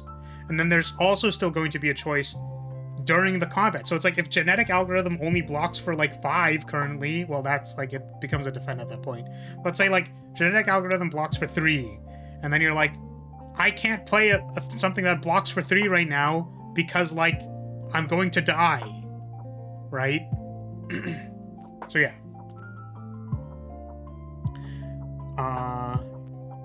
Yeah. Okay. Let me just think. Or let me read chat. So, I think also, if I remember correctly, this ability that in the show powers her cup. Yeah, you said, I don't know why, to cup. But the longer she does it, the more damage she gets. So, think the intent was to make it a high risk, high reward card. Sure, but, like, I don't think it achieves that. So, if this was like, deal 50 damage, lose HP equal to the current floor. It's like 50 damage is going to carry you through most elite fights. I'm not saying 50 is the correct number, because it probably isn't. But it's like, okay, by the time you get to the heart, take 50 damage, and then you take 50 damage. It's like, sure, you could say that that's a thing. But like Exhaust 9 is not fantastic. Would be so sick if you made mod remixes, clearing some of the problems you see on the mods, and do it as additional content for YouTube videos / coding streams. Yeah, I think that'd be cool. The problem is I don't know how to edit the base repositories, I guess. Like, I don't really know how to say this, but working in the Java workspace is kind of hard. like I don't actually know how to do the boilerplate work very well. So I don't know. It might be interesting. The other thing too, yeah, all of Slay the Spire is in Java. This is all just like raw Java. It's the reason why I don't know how to make the flag plant in the middle of the screen. I've said this before. So flagbearer doesn't plant the flag in the middle of the screen. I really wanted it to do that, but it doesn't do that because I have no idea how to code that in Java. Like, I thought you liked coffee? Nah, fuck coffee. I hate coffee. Definitely didn't drink like 22 grams of coffee this morning. 22 grams of pour over. Yeah, so I think the other thing too, which I do want to mention this, is that I don't think it's appropriate for me to change someone else's code without talking to them first. So if someone like shared their code with me and they were like, and I asked them like, hey, do you think I could try like doing a design practice on this and then like go over it on stream or something? I think that would be like more appropriate, but I don't want to like take someone else's work and then just be like, I'm gonna fix it for you. You know what I mean? Like, it kind of feels like draw overs for art, where like I actually don't want to do that. Which is why, like, I think it's interesting from a design angle that I can like talk about what I would change, and like we can observe cards and talk about them, but like not need to actually like go in and fix their thing. You know what I mean? It could be seen as fixing someone's art, and that could be taken badly. Yeah, I just don't think it's like appropriate. You know what I mean? If there's like Nexus mod repos, you could do your own standalone fixes. Yeah, I'm saying that, like, for example, I think the Git repository for this character is like on Steam. Like, I can go get it. What I'm saying is, like, I think it would be inappropriate for me to do that, especially without asking them first. Is basically what I'm saying. 22 grams is not a lot of liquid. Well, yeah, it's 22 grams of ground coffee. Poi. It approximates to 350 grams of liquid afterwards, with approximately the same density as water. So it's like 350, what, milliliters? Milliliters are exactly to grams with water, right? I could be wrong. It's been a really long time since I've done chemistry. Yeah, I mean, it'd be interesting to try and like explore design solutions and then like see if they actually do anything, for sure, but I don't know. Depends on the temperature and pressure. Okay. If you truly feel like it works and you go DM the creator in hopes it gets your approval. Yeah, I feel like the appropriate way to do that would be to like DM the creator and be like, hey, can I do this thing? But yes, milliliters equal grams. Yeah. Definitely had to be asked, like, I make errors on a book. I would hate for someone to create my story but better without asking me first. Exactly. There's a certain sense of ownership over, like, your art, I think. I think that's just kind of like a standard thing. Isn't pressure just for gases? I don't know. Talk to Poi, the general science major, I guess. I don't know what he's studying. Reduce all defend. Shadow 2, reduce all defend and deal 5 damage. So I think this is remove all defense and deal 5 damage for Shadow 2. This is 1 energy, deal 5? Pay 2 Shadow? I don't know how to feel about that. I'm gonna pass on these.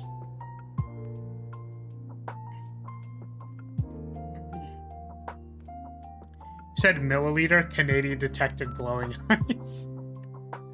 You mean not American. And yes, I think the milliliter standard is used in science. Is it not?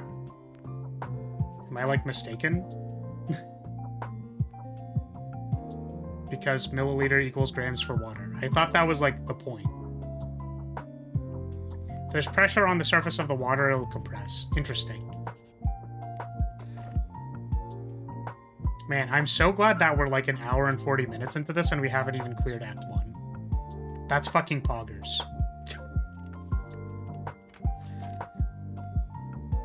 Liter is used and therefore so is milliliter. I'm pretty sure the SI unit is liters. Yeah. What are y'all talking about? Everything is Americans. Science uses liters and milliliters. I was pretty sure that that's the case.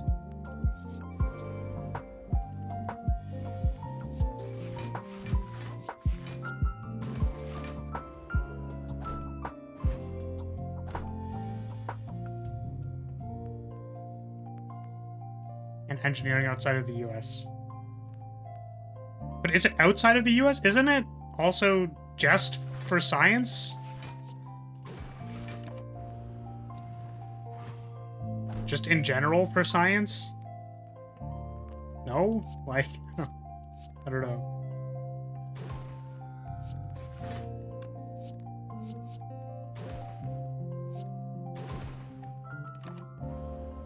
See, the reason you can tell that I'm not American is that I didn't get super insulted when you said I wasn't American. I would say I'm so patriotic. Or you could just say that I'm you know, whatever. I want to stall. We are currently stalling.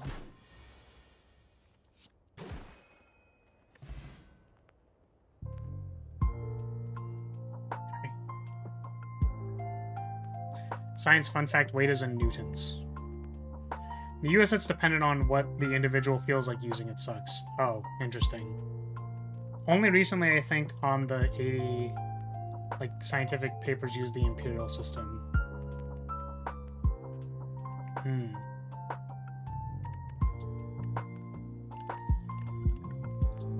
Shadow Rain. At the end of each turn, deal damage equal to shadow to all enemies. This is kind of interesting. Upgrades to innate. This is like a cool idea. I feel like this being attached to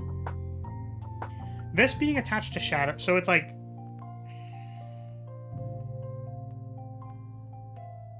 shadow becomes poison, kind of.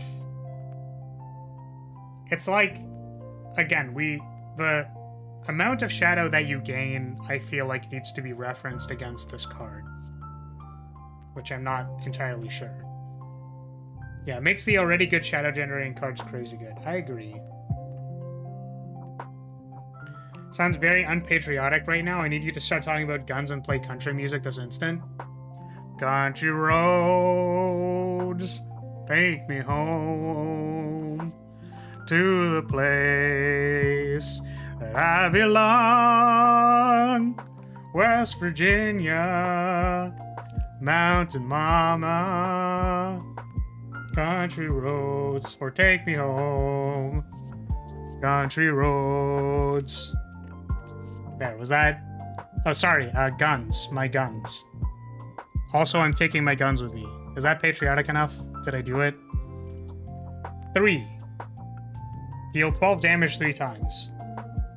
Beautiful. Awesome. Jesus. 3 energy, deal 36 damage. I guess I shouldn't be talking because I have a 3 energy, deal 40 damage, but this seems odd. 3 energy cards are just hard, in general. Just in general. First bullet, Aleph doing a funny way of dodging having to be an uncommon by not being a power. Gain 1 strength, gain 1 dexterity, exhaust. Oh yeah, you're so right, because there are no common powers. And I know why there are no common powers, because Aura Essence used to be a common. And then it's like, why does Aura Essence keep showing up in shops?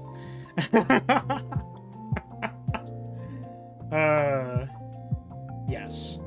So this is in fact an interesting way to kind of like dodge that. What the fuck? Guys, it's unrestricted fortress inspiration.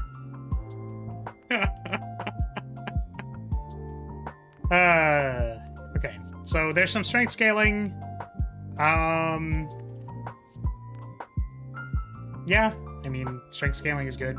It's strength and dexterity, where again you might consider like, should I get strength and dexterity? Question mark on one card? Question mark. I guess that's why.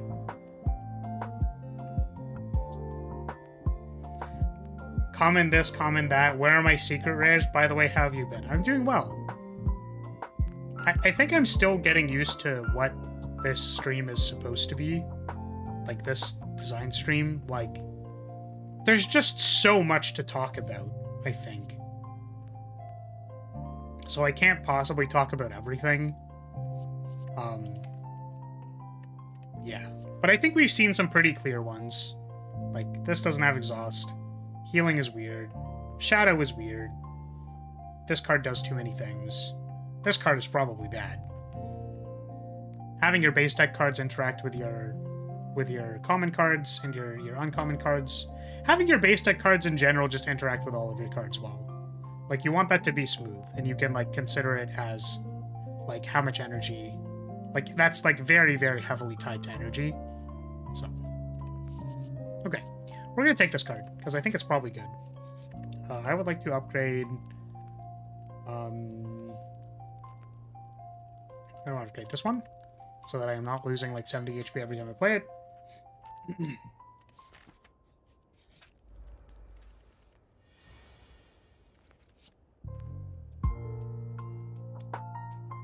So this is really interesting, right?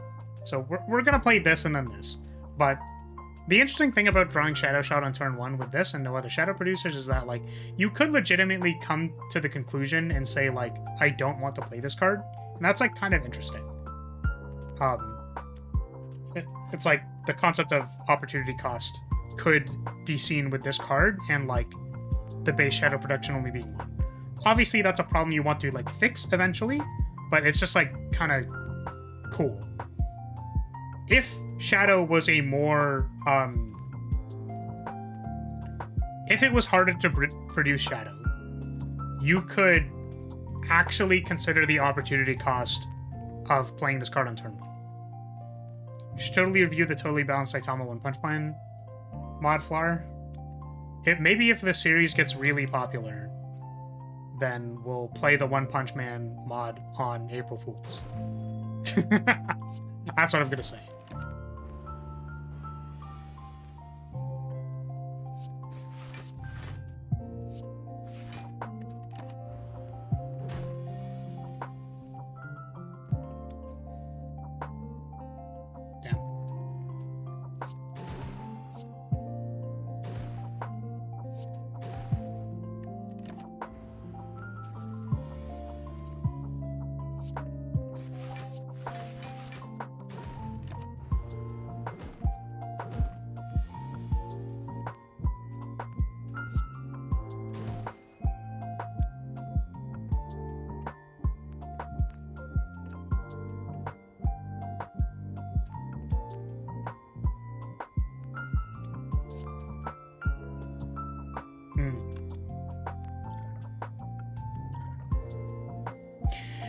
Add a random Kurumi card in your hand.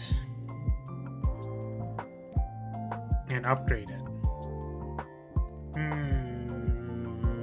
Random card? This is Grimoire? This is old Grimoire. I just realized this is old Grimoire. Wow, Grimoire. That's crazy. What about making it something like Diablo Immortal and out of season April Fool's joke? One Punch Man. Cost 0, deal 999 damage. This stream makes me feel smart and like I'm learning. It's a good time. Well, that's good. What about the Totally Balanced Oops All Rares mod? Well, we're only gonna review character mods. Except Grimoire made them free even when they shouldn't be. Yes. I guess yeah, this doesn't make it free. Look, all I'm saying is there are so many brilliant design choices that, like, you can pick cards that do nothing or kill the boss. Gain 9 cats! I can gain 15 cats! That's so many cats! How do I gain 15 cats? What does that do? Yeah, this card is probably just, like, too random to know what it does. You know. It also doesn't exhaust. Typically, cards which make other material exhaust. Let's take the cat card.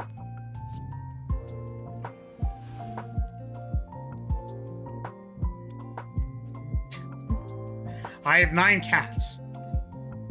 Apparently. Or the material it makes exhausts. Yes. That's correct. Mentally unstable woman, cat hoarder. This is red flash on 2 legs, the mod. What? Gain 15 cats? Who the heck balances mod? It's so OP. Yeah, there's like 15 cats. That's so... Angry cat. Cat brought it. When draw this card, exhaust random card. Exhaust. What? It's an angry cat. Well, I'm not gonna say any more on the randomness of cat cards, I think. Cat? Cat? Is there another cat? Where's Cat?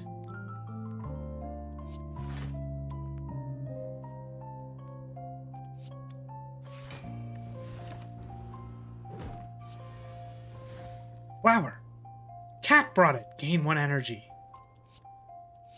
Yeah, the unfortunate part about these cards is that they're just, like, simply, like, way too fucking random. Like, if you think about all the random cards that you could get from the thing, and, like... So, okay, this is interesting. The cat mechanic is just... I know it's supposed to be random. I know it's a meme. Like, let's acknowledge that this is, like, it's just a meme. It's very likely that the concept of cat as a thing is, it's just a meme. They're memeing. But, interestingly, a mechanic which bakes material, I think as long as you're, like, upfront about what material you could get, right? Is, like, you can work with that. So it's like, if there were, like, 3 things that you can get, and then it's, like, 66% of the time you get something that's useful, 33% you don't, something like that, I think that could be, like, a good way to include a card or, like, something that makes material and then, like, have it still be kind of, like, understandable and stuff like that, right? Too many cats can't be bad, right? Oh my god. Cat doesn't even tick down. What does more cats do? Yeah, exactly. It's like all of these cards, like the fact that, like, cat is like this, like, black box effect where, like, we don't know actually what it does. Like, funny for the meme, but, like, terrible for gameplay.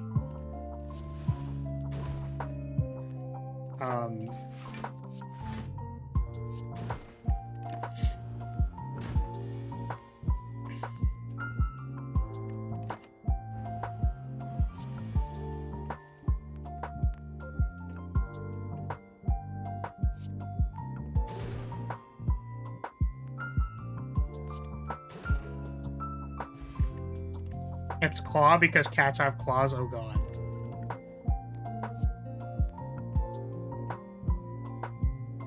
I'm never playing an anime mod ever again. I'm just not doing it. I'm just not doing it anymore. I'm just gonna stop. I'm just gonna never play another anime mod ever again. If it has an anime girl on it, I'm just, like, not playing it.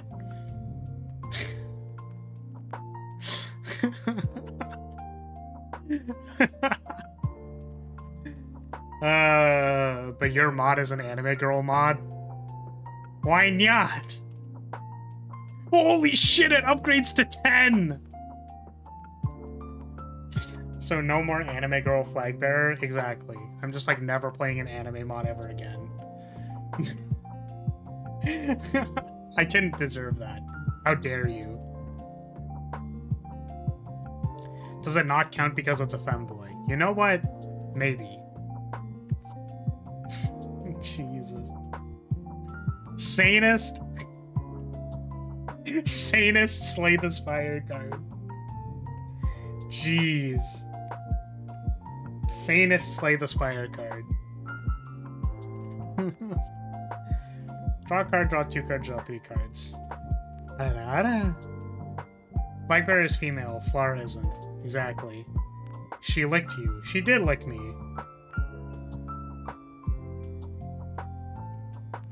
Yes. Cool, 1 mana, draw 5. Yeah, that's a lot. You know what's kind of interesting about this is that Skim is 1 mana, draw 4, right? Or Skim 2 mana.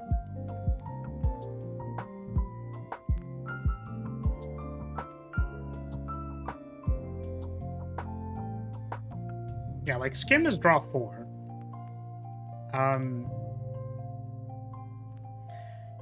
Stop right there with the ara. Well, you don't want to listen to me do that? Why not? What if I got, like, really close to the mic and then did it? Would that be upsetting to you? For free? Well, it says on the card, I have to read it. Oh, well, I keep meaning to not pick these cards. I just want to, like, look at them again. And then I keep picking them. Okay. So, run's dead. I had to reset. Yeah, so what's interesting about this card is that, like, technically, Skim being, like, 1 energy draw 4 is, like, an uncommon. Like, that is our, you know... That's kind of a basis to base this card on, sort of. So, like, you use the resource and then you draw cards. The weird thing about this card, I think, for me, and this happened with Divination. Like, the initial version of Divination, I think, because it was draw 3. Draw 2, draw 3. Is that...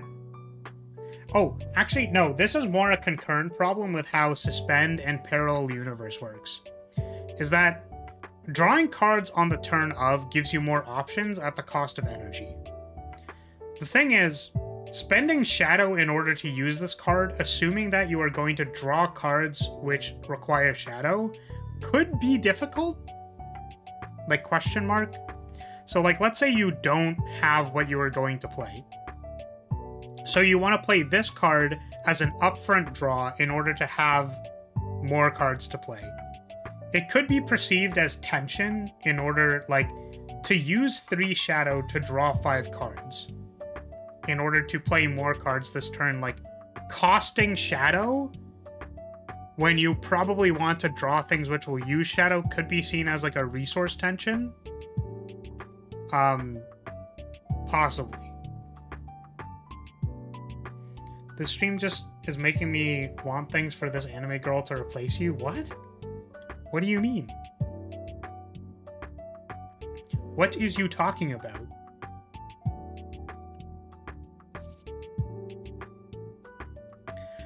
Deal mine to all enemies. Shadow... What?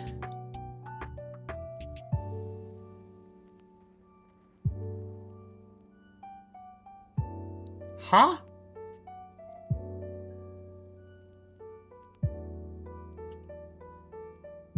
Oh, this is supposed to be Shadow 5 dash.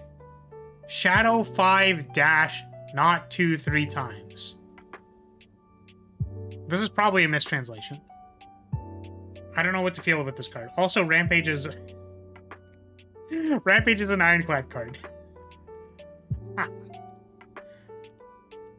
Okay.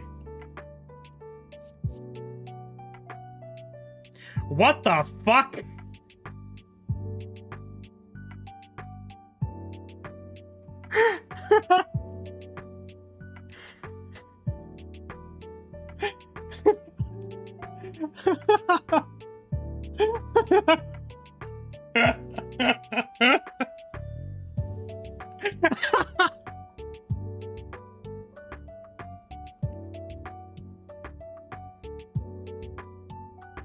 Okay.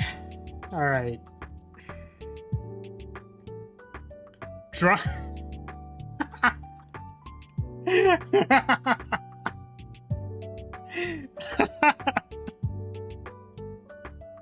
Like, is it... Should I just, like, not laugh at these things? Like, is it... Should I just, like, not? I feel really mean.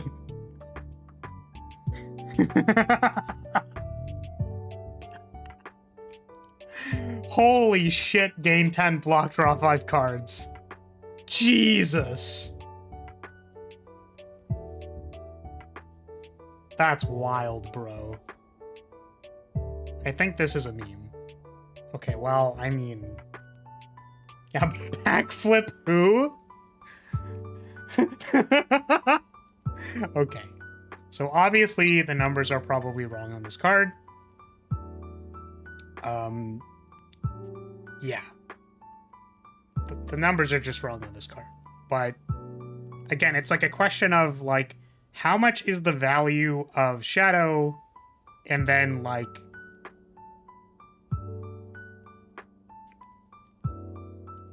I'm holding in all the sarcasm in my body. And I just need to not do the things that I'm thinking of saying and doing.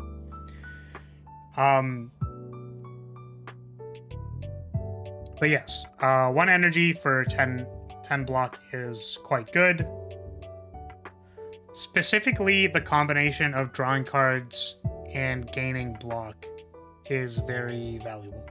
Typically, the cards with shared function of block and draw cards are strong. It's upgrading to plus 10 block. Yeah, no, this upgrade is insane, obviously. I think if this card was more like...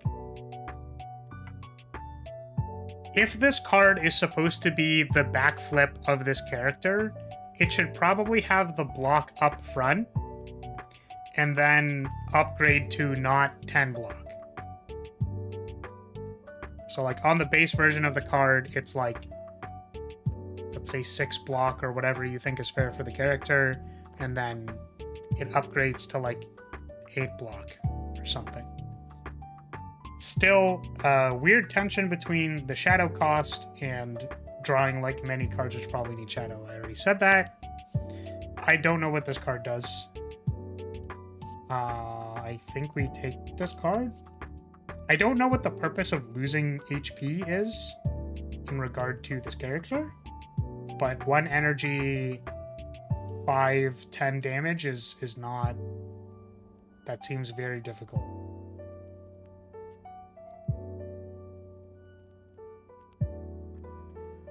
Don't think that's it. We're gonna take this card.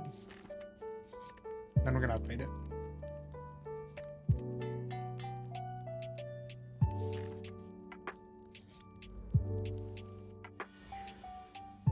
It's right though. If you see an opportunity to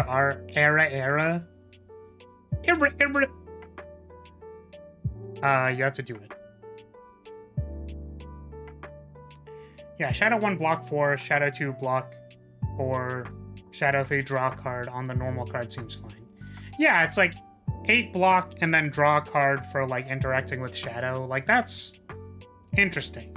It's probably not perfect, but it's like there's a ton of different ways you could make that card and then have it work. I definitely think I would say like the problem with this character is like just all the cards are very overloaded, which is really interesting because you look at time absorption and then you're like, this is a very like fair card.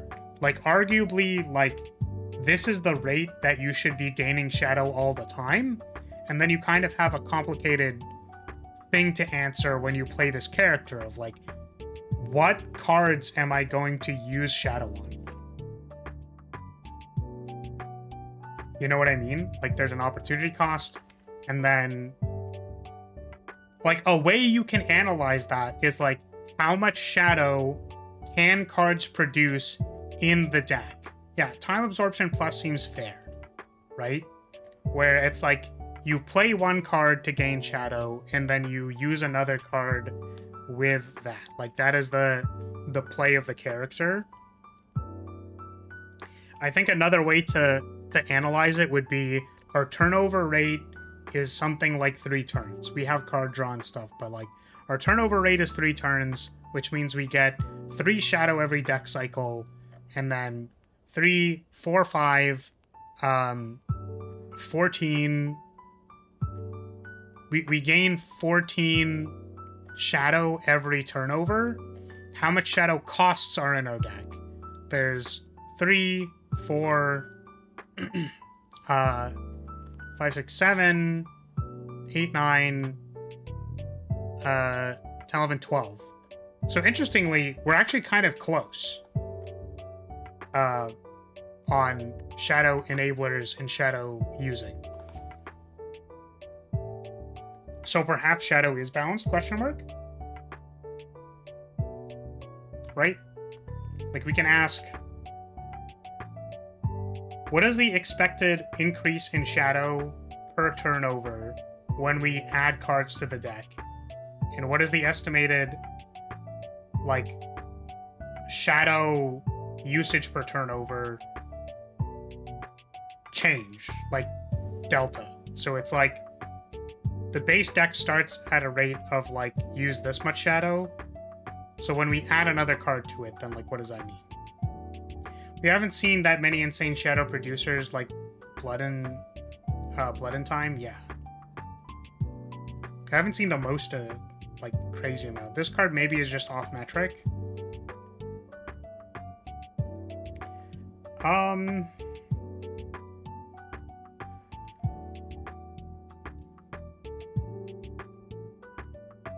I guess the other thing too would be the thing that I do like, just for the record, is that things do have shadow 1, 2, 3. So this does actually solve an interesting problem, which is that like enabler payoff type styles of cards run into the problem where it's like, I'm gonna draw this card and it's gonna be completely useless. So what shadow 1, 2, 3 does is it makes a spectrum of like states where the card is still usable, and then managing for those cases could be an interesting play to the character. So interestingly, this is why sidearm on flagbearer does 9, because basically how I balanced some of the cards, stop yelling at me, how I balanced some of the cards was like, this card should do slightly more damage if you have just planted the flag. It should do the same amount of damage as its equivalent 1 turn in, and then it should do less when like you're on your 3rd turn. Obviously, the plant recall mechanic goes beyond that, but that's, for example, why sidearm is deal 9. Like, it does 1 less damage than pommel strike. Also, I'm getting kind of hungry, so I'm gonna eat. I have a sandwich. I'm gonna eat it real quick because I'm hungry, and then we'll continue.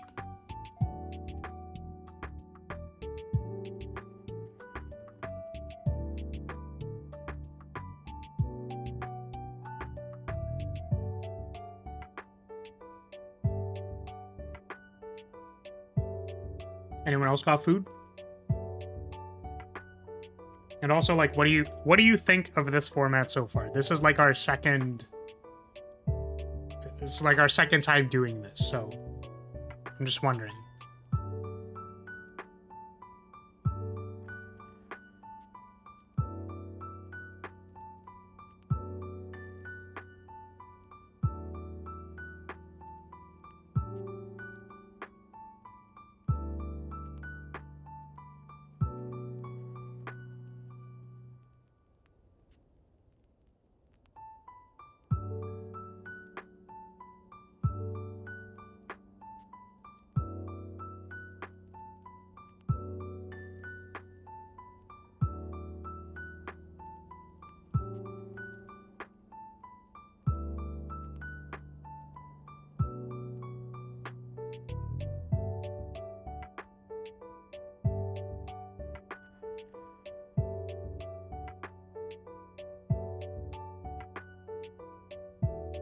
I'm sorry, I can't give you the sandwich.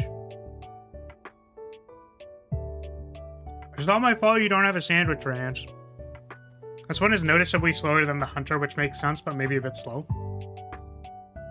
Yeah, I wonder if we should have like a timer where it's like, you get like 5 minutes to talk about this if you want to stop and talk about something, but I don't know. I feel like putting a timer on it is like not great, but I should maybe pace myself better.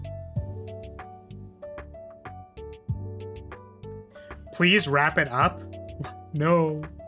No, it's my sandwich. I missed the beginning entirely, but in case it wasn't done, I think it could be worth doing a blind run with the deck before looking at the cards in detail. Yeah, I think doing like just a pure player playthrough, like kind of fast, is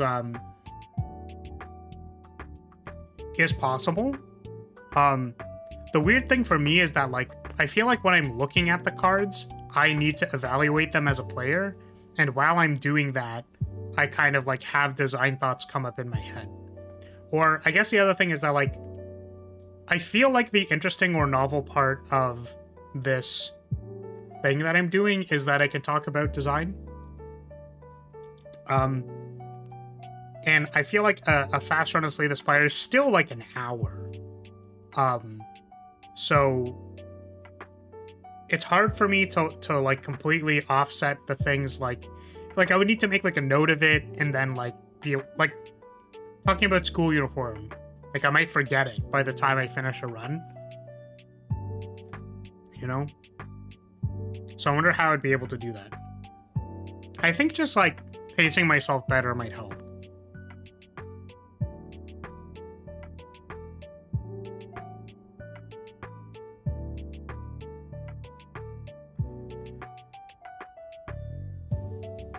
I'm gonna be a one-handed gamer.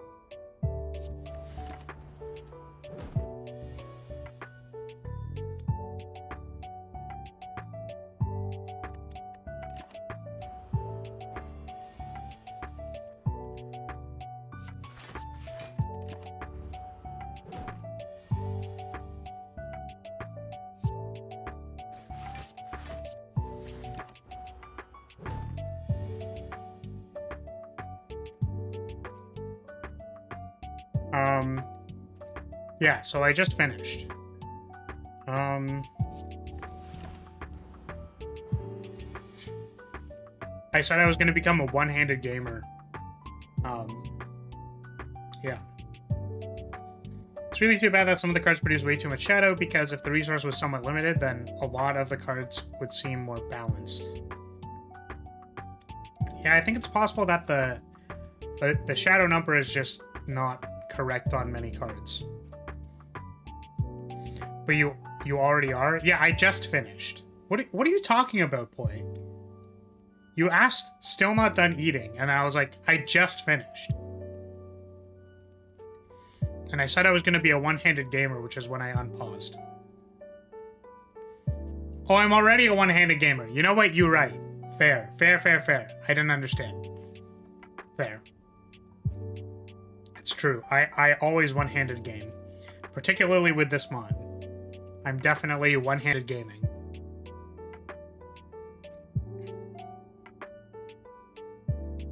I don't think you're particularly incoherent, by the way, Rance. I don't know. I have to consider sandwich fixings for dinner now. Sandwich making stream when? Never. I would never make a sandwich for chat.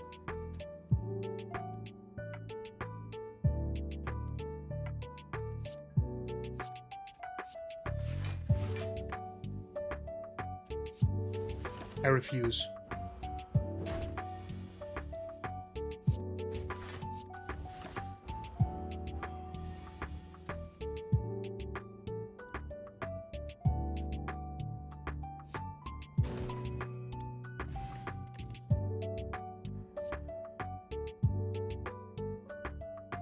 Huh? Man. The pictures in this are just wild. Risotto, can I get a sandwich? Of course, risotto. I would give you a sandwich. You could also make me a sandwich with special mayonnaise in it. Make current health to half of maximum health. Retain exhaust. Yeah, this is just like heal to half HP. So this was the thing I was talking about before, I guess, where you can like pay HP down to a certain amount, and then like this will get you to half, but only to half.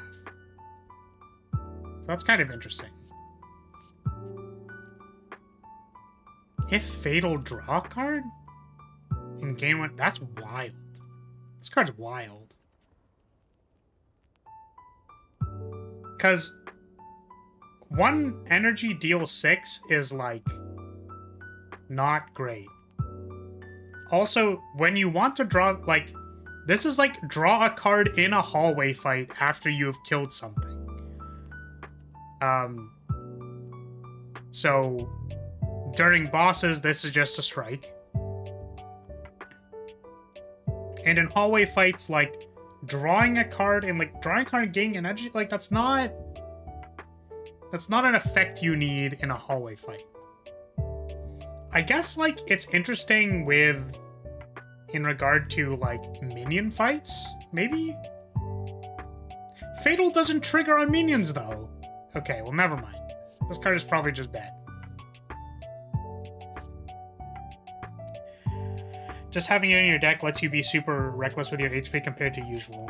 Yeah, so I kind of wonder about, like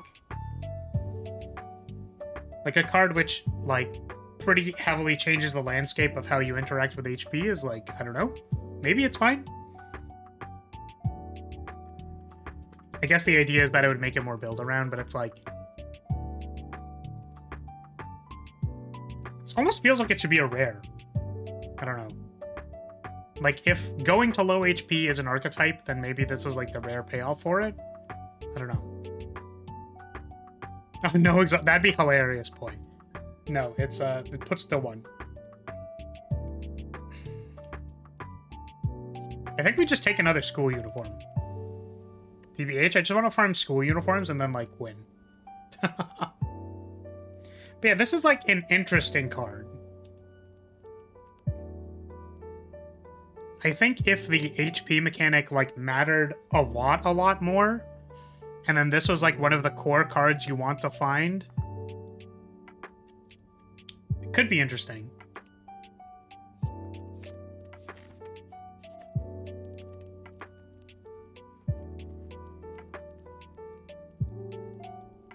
Appropriate.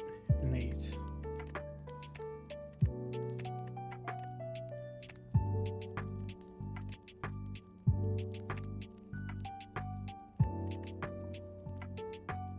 I think I want to upgrade time absorption.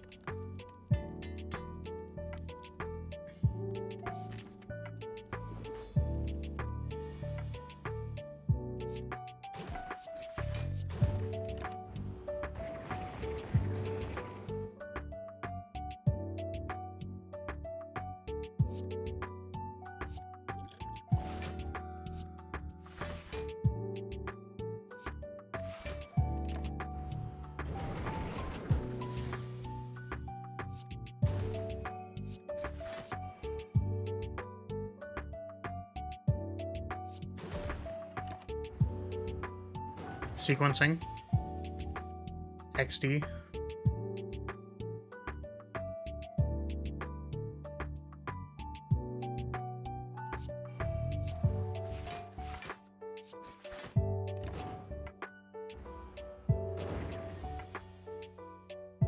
It's especially good because the one thing that half balances blood in time is the life loss, which it invalidates to an extent.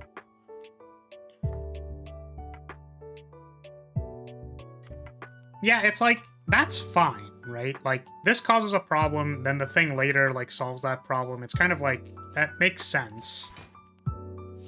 Or, like, is probably functioning as intended. I guess we don't need to farm HP. I forgot we're on Ascension 0. So, like, HP doesn't actually matter in this context.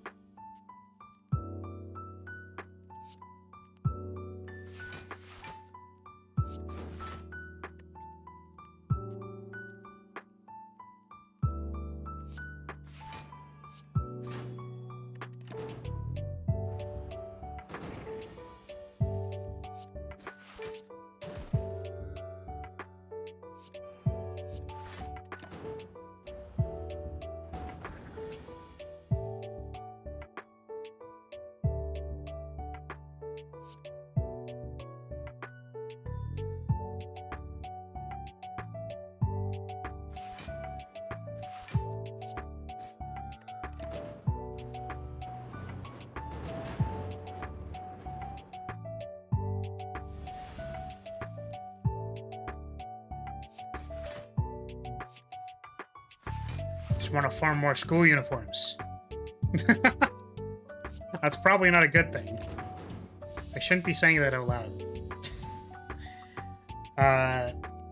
Yeah, sorry, I noticed this before, but one of these days, maybe in 2 years, if I have my own place, we'll do the butter chicken stream.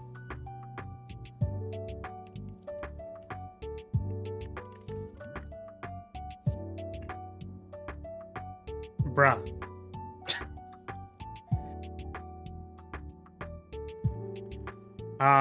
Gain 10 shadow, gain 3 strength and dexterity. And your turn. This card is insane. It is a rare, but it's, yeah, cool. Yep. Fucking Lamau. Sunzy. This is probably the most balanced card. This is probably the most balanced card I've seen. Because stun is actually not that powerful. I guess also draft context. Yeah. This card is so balanced that it is bad. Create bullet. Not the bullet mechanic. Is this the what's it called? Scapegoat? Give each turn, gain 0 cost strike card in draw pile. Wait, so it makes... Huh? And discard. This is so weird. What a bizarre card. I guess this is to combine with card draw?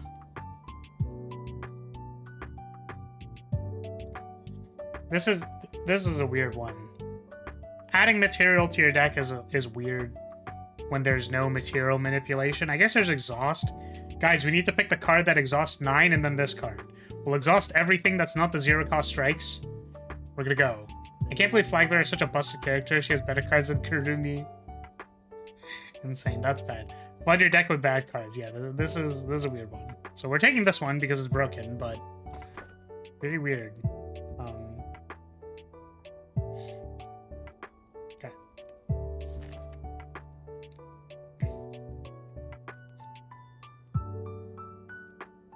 Burning Elite is in the center. Let's try and get through this run. But I want to farm my school uniforms.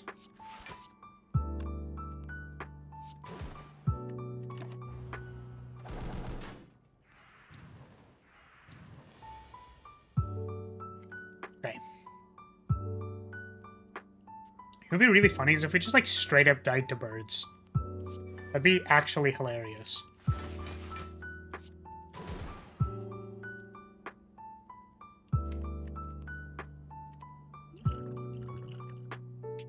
Do we just run? Do we just run away from birds? I was starting to get scared your deck would be inconsistent with only one card that made obscene amounts of shadow. Glad my fears were unfounded. I forgot that ended my turn. Right, it has a downside. I think we just run away because we time walked ourselves. well now we know the card ends our turn. So.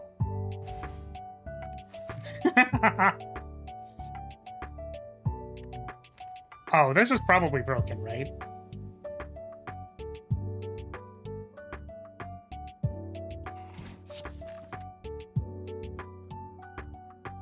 On this character in particular.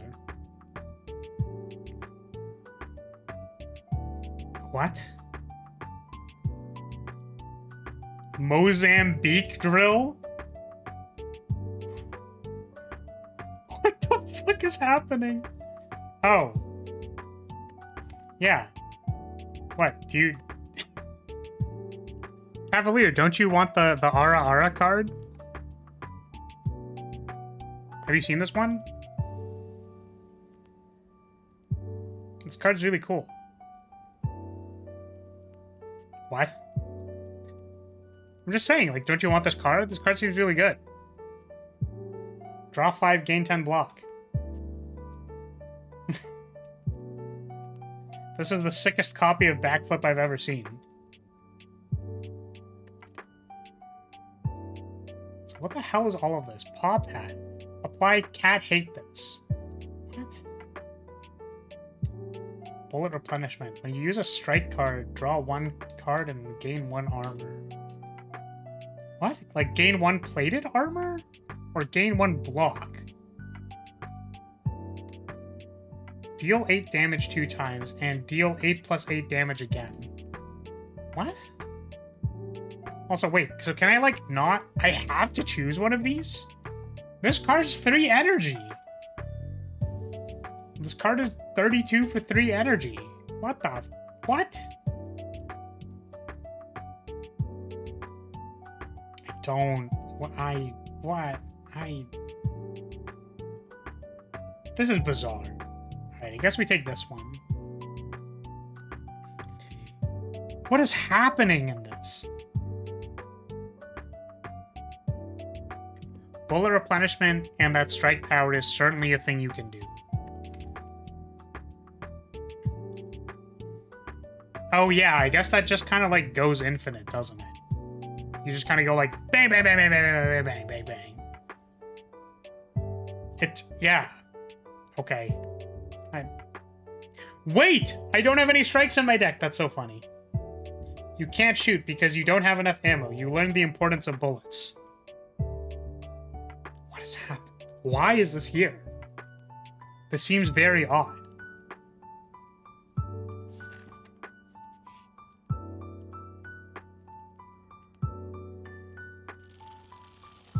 Bullet is a debuff. Oh, fuck, I got a curse. Oh, I probably should have pathed to a shop, shouldn't I have? I have so much gold. Nothing to do with it.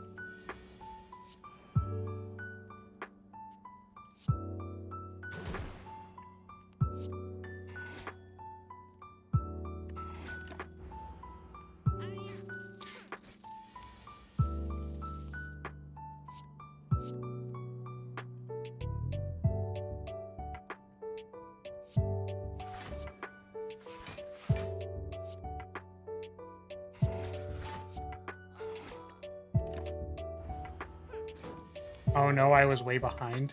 Oh, nice. Well, welcome to this mod. I'm sure you had... Yeah. I was making fun of Create Bullet. Understandable. Got it. It'll be really funny if, after all this joking about the poor balance, you end up dying anyways. Well, that's the thing, is I still can die. Like, Spire can still kill you. Right? Like, that's not... Like, we died with Hunter, and we had, like, 30 block in our thing. Right? Like, 30 block retain cards, you know what I mean? So... I think that's a little besides the point. Cost of every card be 1, but cat can be capricious. What are these cards? I'm never playing an anime mod ever again. What?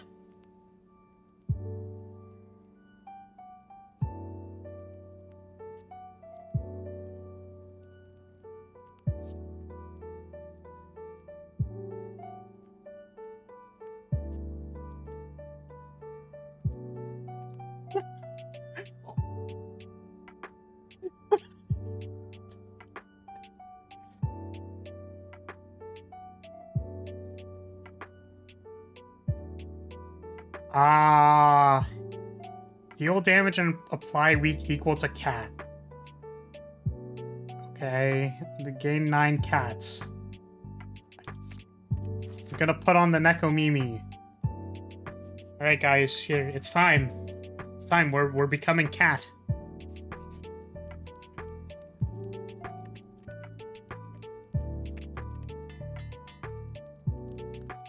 It's time to cat. Classical Roman poetry mods. Jeez.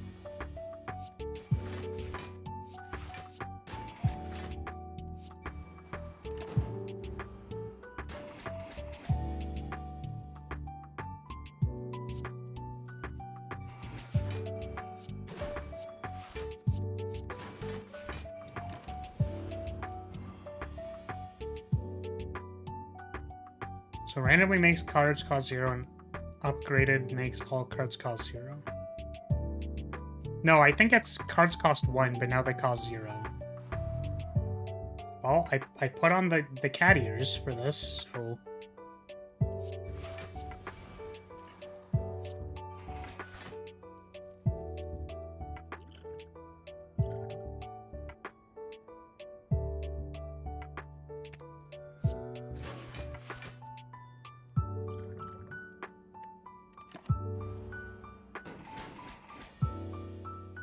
Oh my god, cats can also destroy your cards.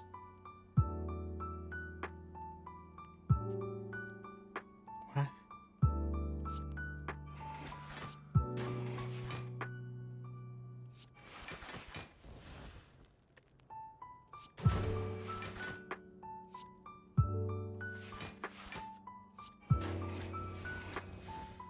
Okay.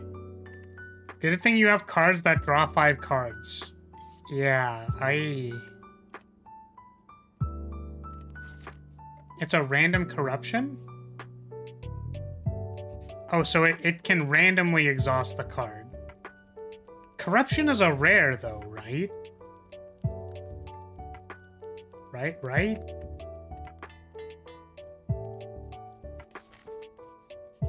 It is. Noted. I feel like we might lose if we go to the elite fight. So I guess we're gonna go to the shop because we have 500 gold. Oh, I don't know how this works with...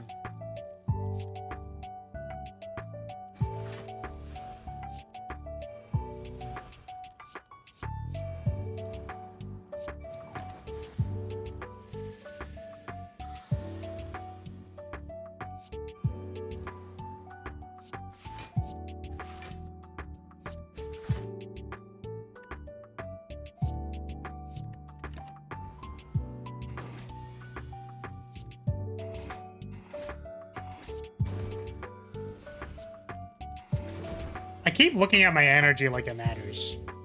It does not.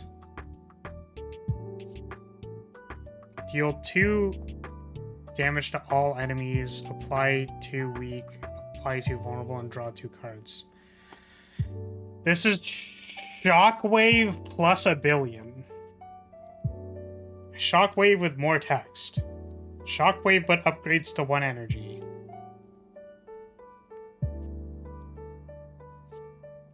Same thing that I said before, drawing cards with an energy cost is actually kind of hard for characters, so... It's weird, like, drawing the 2 cards doesn't actually, like, matter, I don't think. It's weird, because you would think, like, oh, this is broken, but, like, a common problem in Slay the Spire is spending energy to draw cards and then, like, not being able to do anything because you used all your energy, so... This is kind of, like, an interesting, like, I wonder if this is actually fine. Shock wheel kick. Yeah. Yeah, I wonder that if that, like, makes this card kind of okay. Yeah, it's, like, usable in my deck. Okay.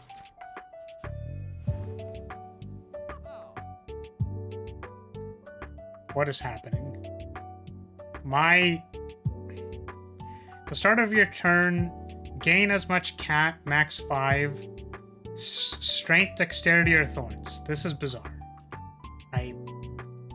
Psycho Deathwa. Deal 15 damage, gain 5 block. Inverts when used.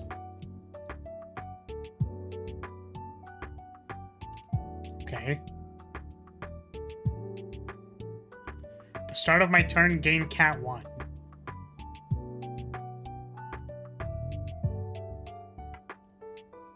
Random amount of each?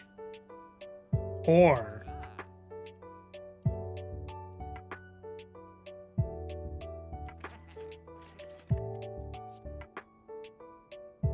Bruh.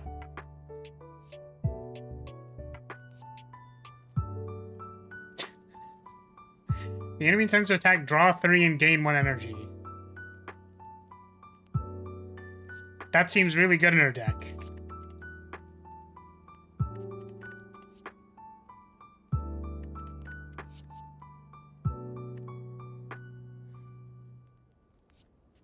What does this mean? Lose half cat, gain cat golds. What the fuck is happening? Deal 8, exhaust a card. Gain energy equal to its cost. Oh, we have recycle, but it's an attack. And a common. Wait, no. Yes! Wait! What? This is recycle with an... But it's an attack and it's a common. Gain gold equal to cat. This card's broken. Oh, but that makes sense. Okay, I understand.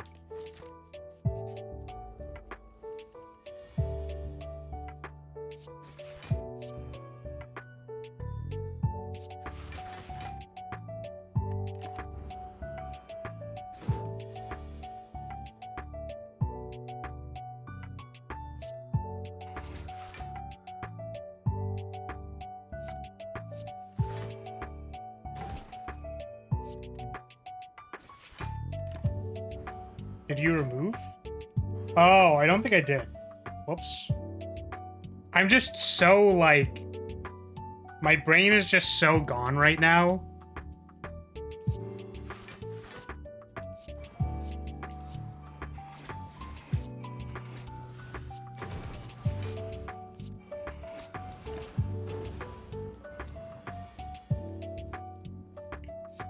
You know, I think Scapegoat is actually pretty balanced, not gonna lie. Or now, not gonna lie. Well,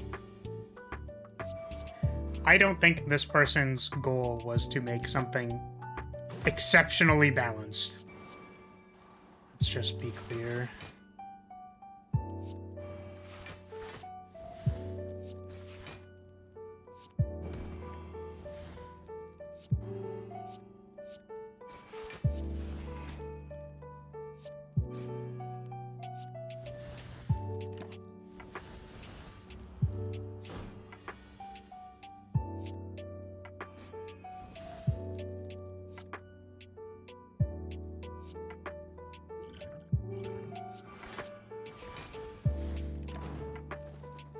Oh, it was gonna die. I didn't even see that.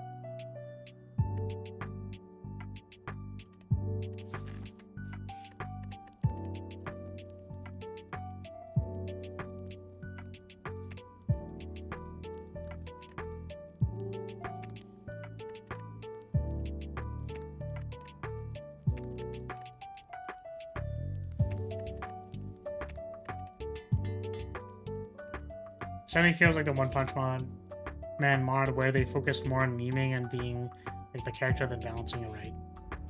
Yeah, and I think that's fair to acknowledge, and then we can still like learn about like we can still learn things while also, you know, clowning and goofing around a little bit. Did I not get 5 block from that? Right? This says Shadow 1, draw card, gain 5 block. Sorry, I'm just... What is the upgrade to first bullet? Non-exhaust, right? Where's this one? It's 11th. First bullet was the one that gives 1 strength, 1 dexterity, and then it doesn't exhaust with... Okay, that's weird. That's probably just a programming error.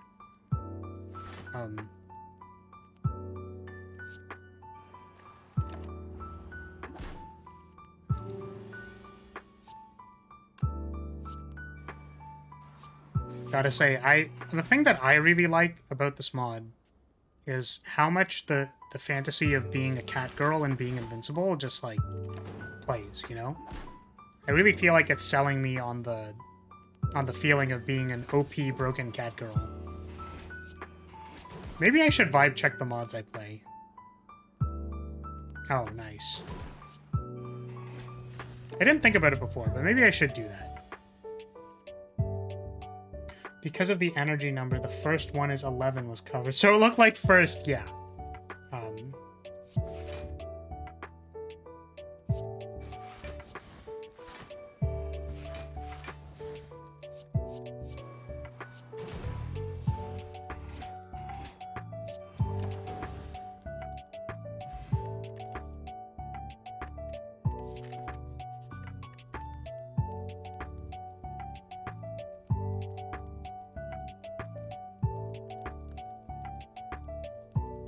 What am I doing now? Guess just upgrading these bites.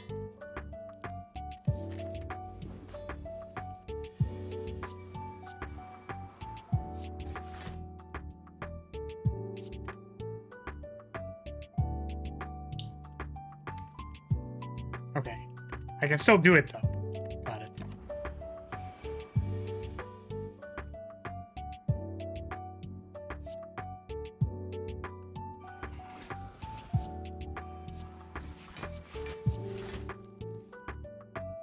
Oh my god, I have an unseasoned top.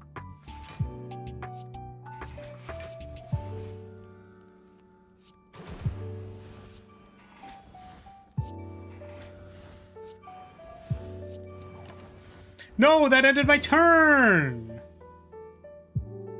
No, I have a decay in my hand! I'm so sad.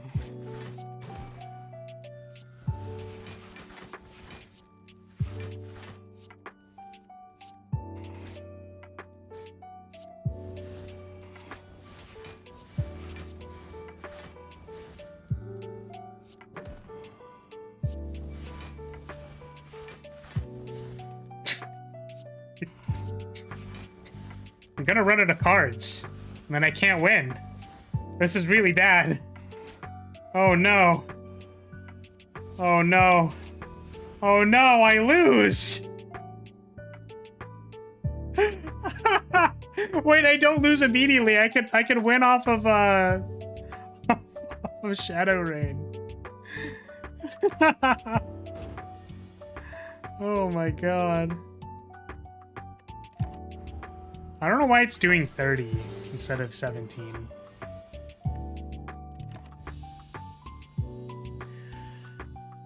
And then it did 15 there instead of 18. Okay, well, that's fine. Fine, it's fine. It's just buggy. It's fine. Deal 30 to all enemies. Whole world is cat. At the beginning of each turn, gain one random card.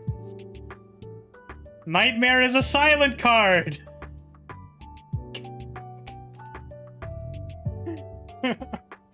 Gain 9 shadow. Apply 9 corrosion to myself or the thing. Lesson learned, need more cards. Yeah, I need all of the cards in the world. Which is exactly why I'm removing cards.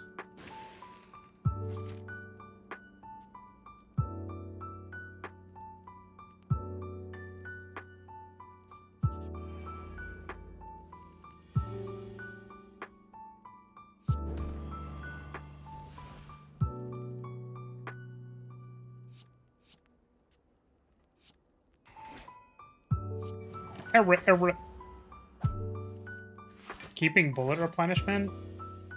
Yeah, this card's great. Whenever I use a strike, I draw a card and gain 1 armor.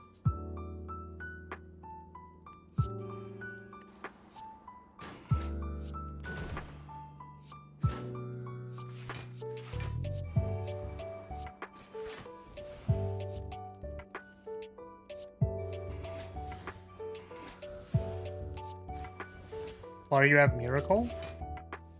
What do you mean? You know, I didn't think of it like that.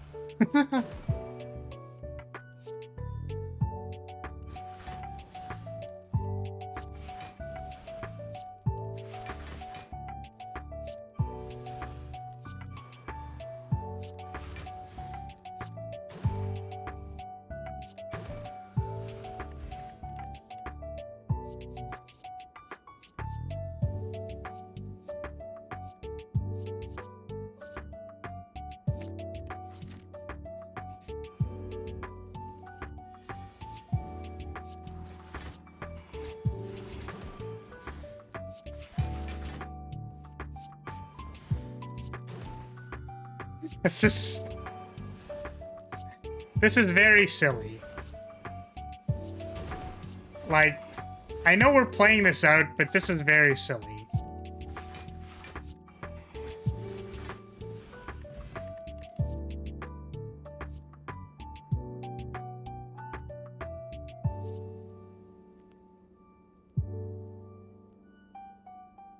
Whoa, I just realized. Wait a second, the character's actually good. Yeah, clearly. This card is this makes the I forgive every other thing happening in this mod because this card exists. Anyone want to get trampled? Oh boy. The variable in the card text. Yeah, this is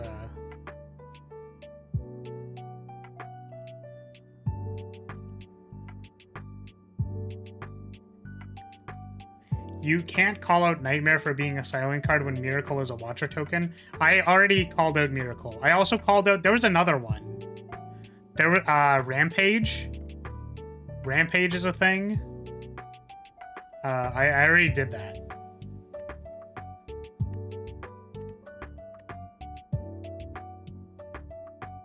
Also, no, there's... Wasn't there Miracle in this? Sorry, you're saying that, like... Miracle exists in Flagbearer. I prefaced this before by saying, I think school uniform is a defect card. I prefaced this the very first time I said it, where I said, some people care about that. I don't care about it as much. I just think it's funny to point it out. I don't actually care. I think Neko Mimi is a silent card. I'm pretty sure Neko Mimi is a silent card. Like 90% certain.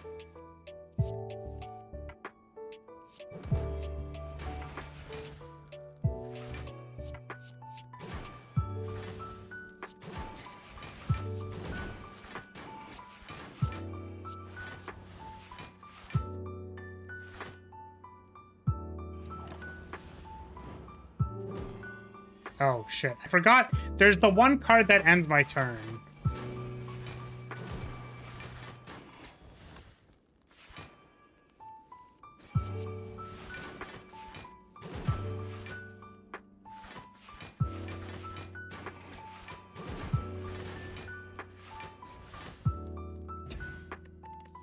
Fastest infinite combo. Deal 19 damage to all enemies. You know, this mod is a very odd mix of, like,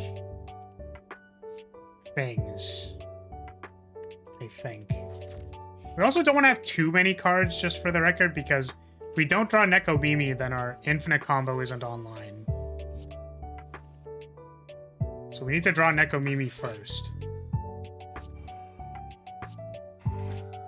Which means we don't want our deck to be too thick.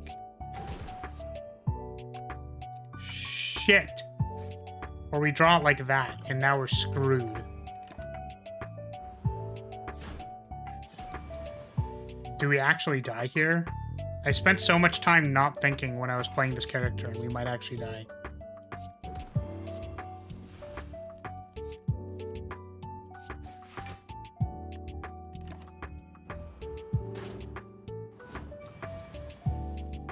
Oh, well, the burns prevent me from infinite comboing, sadly. Oh my god, am I actually dead? I'm at 1? I'm at 4.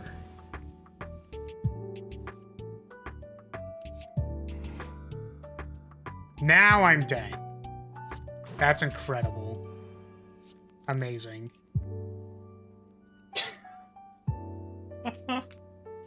Well, this was an experience. Travel sucks. 2 mana for max 10 damage is just awful. Yeah, that card's not amazing. I'm gonna just save scum this.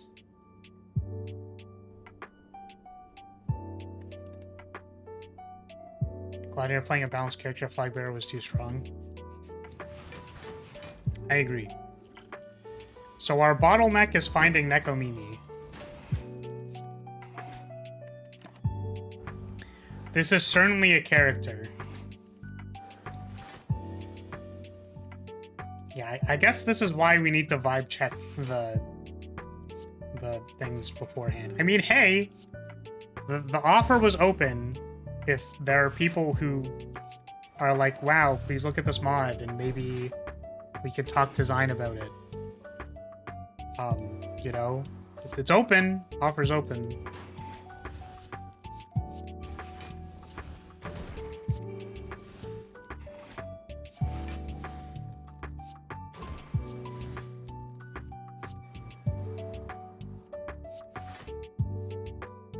Don't kill my waifu.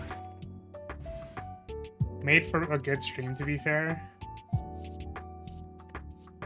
What the? Repeat cat times. Lending hand of cat.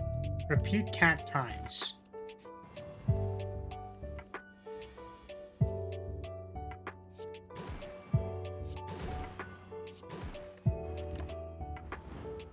Yeah, so it's like, do we want to just take, like, the most random shit off the workshop, or do we want to actually...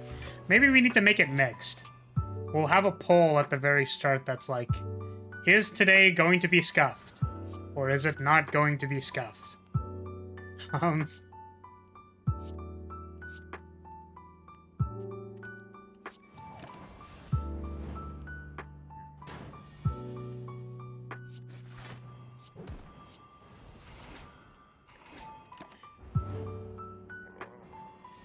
I like the model they made for her. No joke, always enjoyed her design. Well, I don't know if this is their artwork, you know?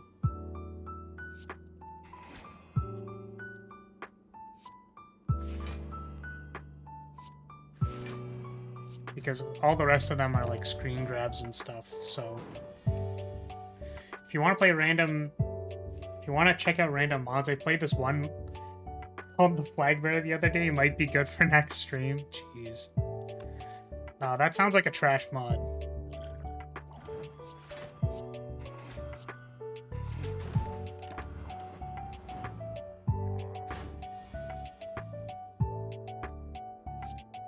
I genuinely don't know what the thought process behind a random corruption for all cards was at uncommon.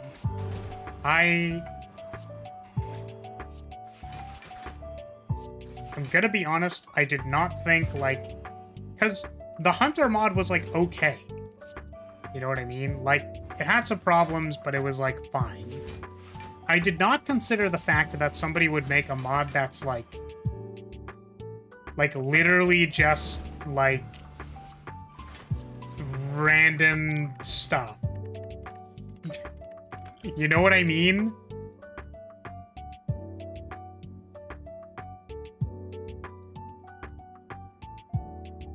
Okay.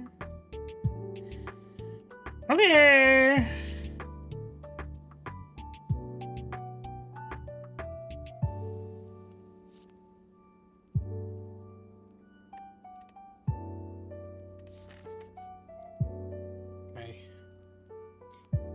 The clock eye is cool. Yeah, I mean, it's neat.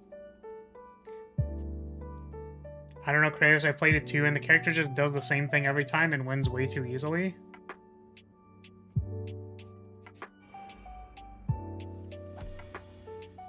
Damn. Feels bad, man.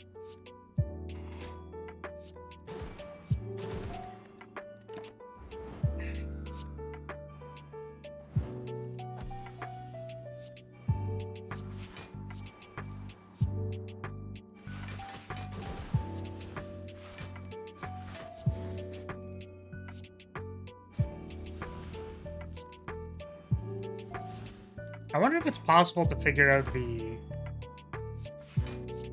possibility of us actually killing the heart.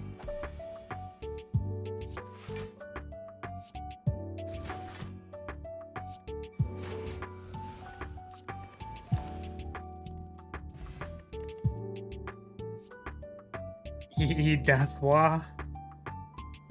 Apply 3 corrosion. Gain 20 blood. What? Oh, this is corrosion to yourself, I am guessing, so we're not going to take that. I'll probably be careful for the characters from other series, as a lot of selling points of these kids is that characters are playable. What? Well, yeah, because it's like, you know...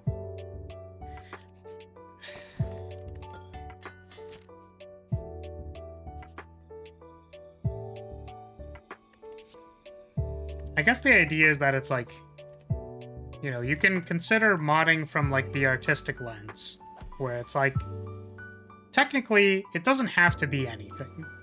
You could say that like, art is just whatever, like it's whatever. It can be anything. But also, like, it's unfortunate because I would think like, oh, well, I want to see like something interesting. But this is just like a lot of what the fuck is going on. You know what I mean? Like, it's very...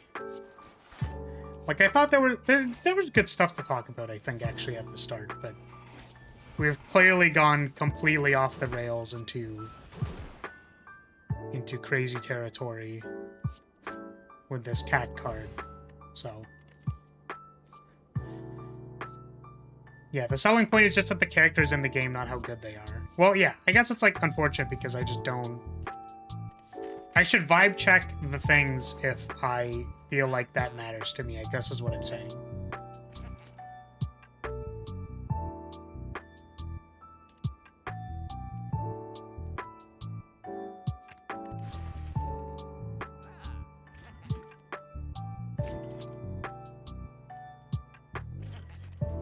I'm gonna complain about the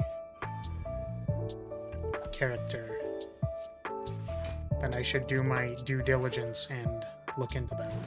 My problem is that I don't want to look too hard into them beforehand so that I can have, like, it doesn't feel like I'm preparing all of what I'm saying in advance and just being like, well, this is what I thought about this mod. It's like, I want to experience it, like, on the stream.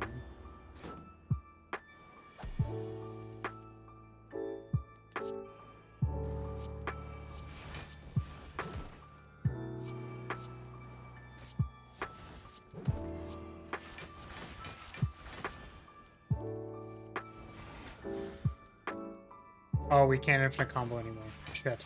I guess we end our turn. Yeah, like the card that switches its type or whatever.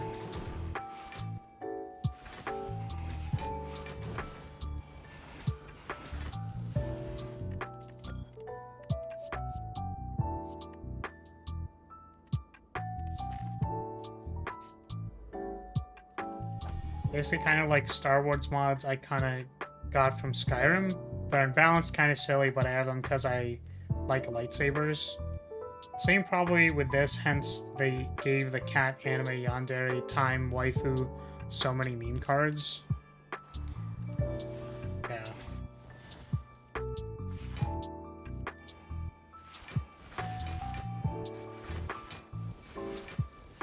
Yeah, you could say that it's like, well, it's the purpose of the thing.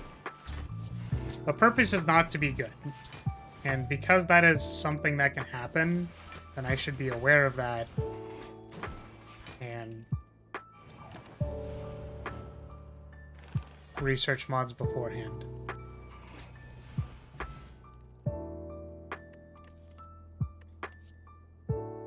Yeah, I think the thing that's interesting about that card too is that oftentimes when you need a block card, you don't need an attack card. Or like that's a function that can happen. Thank you. So, because that is something that can happen, you would like play it one turn specifically for the block, and then afterwards you would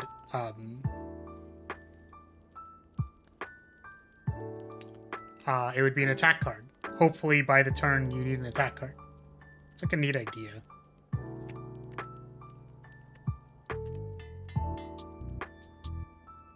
I think perhaps we pull at random every stream, and one of the data points we can track is how many are fun meme mods versus how many are serious attempts.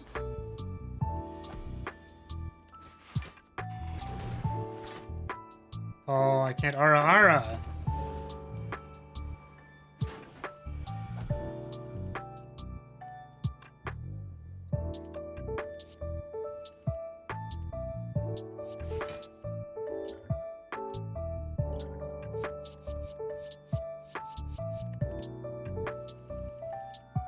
There it is.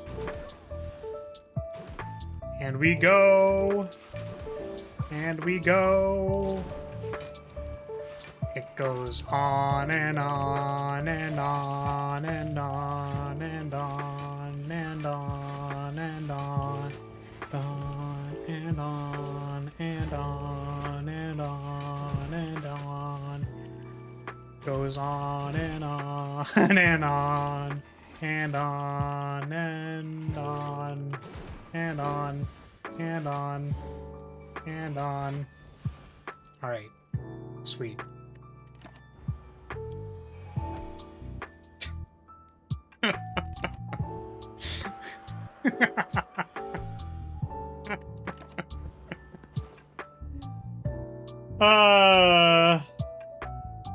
Oh man. No calipers, shit. Well, that was a character of all time.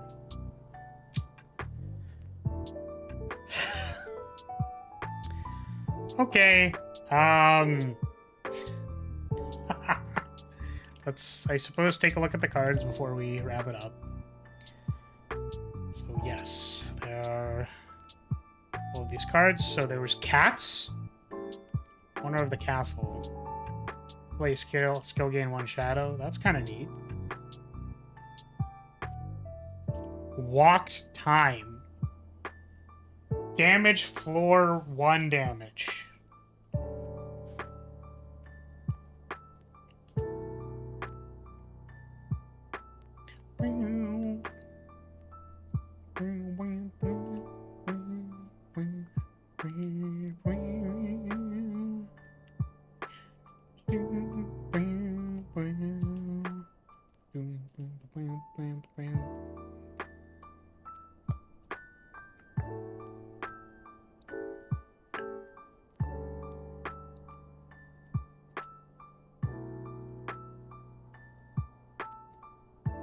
This is,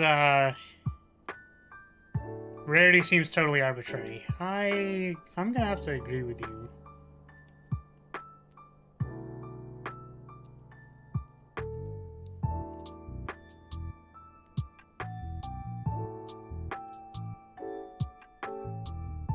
Alright, well, I don't think I have much else to say.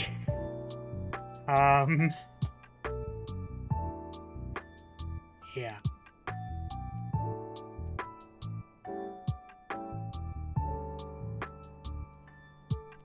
This is actually a very interesting card.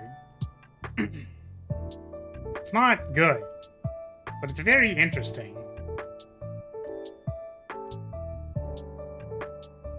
It's like, clearly just you can combo off with this card, but it limits how many you can play.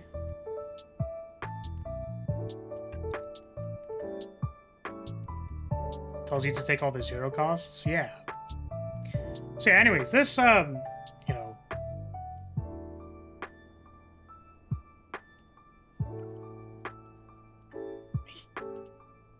Yeah, okay. So, numbers are a thing. I will say that this clearly is something that they were like, let's make it, let's do it, here are all my funny memes, this is what I find is funny. You know, like Mozambique drill. Like, that's got to have been put in for a meme, right? So it's like, you know, I respect it for what it is. The guy was just memeing around. Girl. They were just memeing. But it's interesting because, like, something like the shadow mechanic could have legs. You know? A Mozambique drill is also a real thing. Yeah, like, this person seems like they, like, there was a really weird overlap with, like, oh, anime girl, anime girl, anime girl, anime girl. Real life military. And that one event that was like, you learned the importance of being in the military. And it's like, okay. Like, I guess it kind of overlaps. Because her thing is like the bullets, and you shoot the bullets. Like, the time, all of the bullets are at the different time on the clock and stuff. So, I guess that's where the overlap is. Or perhaps why the author, like, you know, the author would have a vested interest in this, and then would also have a vested interest in this, and then make a character and put a little bit both. You know what I mean? Is there a low amount of common cards? I don't know.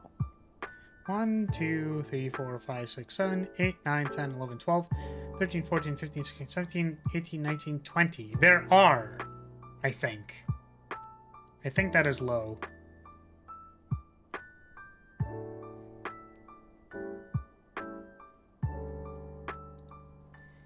Because its spread pattern often leads to 1 shot to the head and 2 to the shoulders. I see. Noted. But yeah, I rate this mod funny out of 10. I rate this mod Neko Mimi out of 10. Or Lick to You out of 10. That's what I'm gonna name this. Yeah, this one has John Wick on it.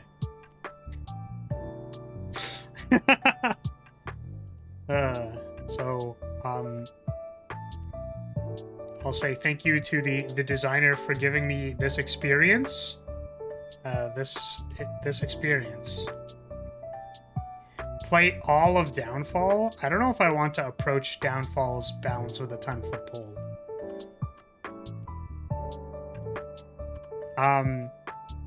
I feel like I haven't...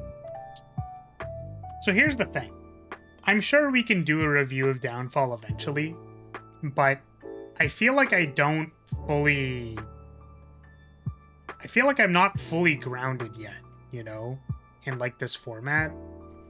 Like, I'm still trying to, like, think of what things I could or should be saying, you know, talking points, etc. So, I don't know.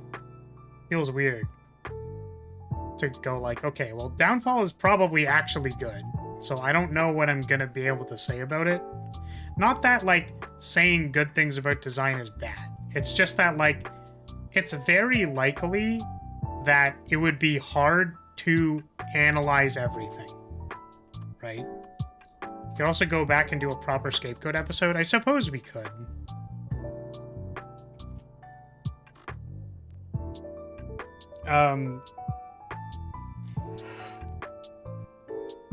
Maybe. I'll have to think about it.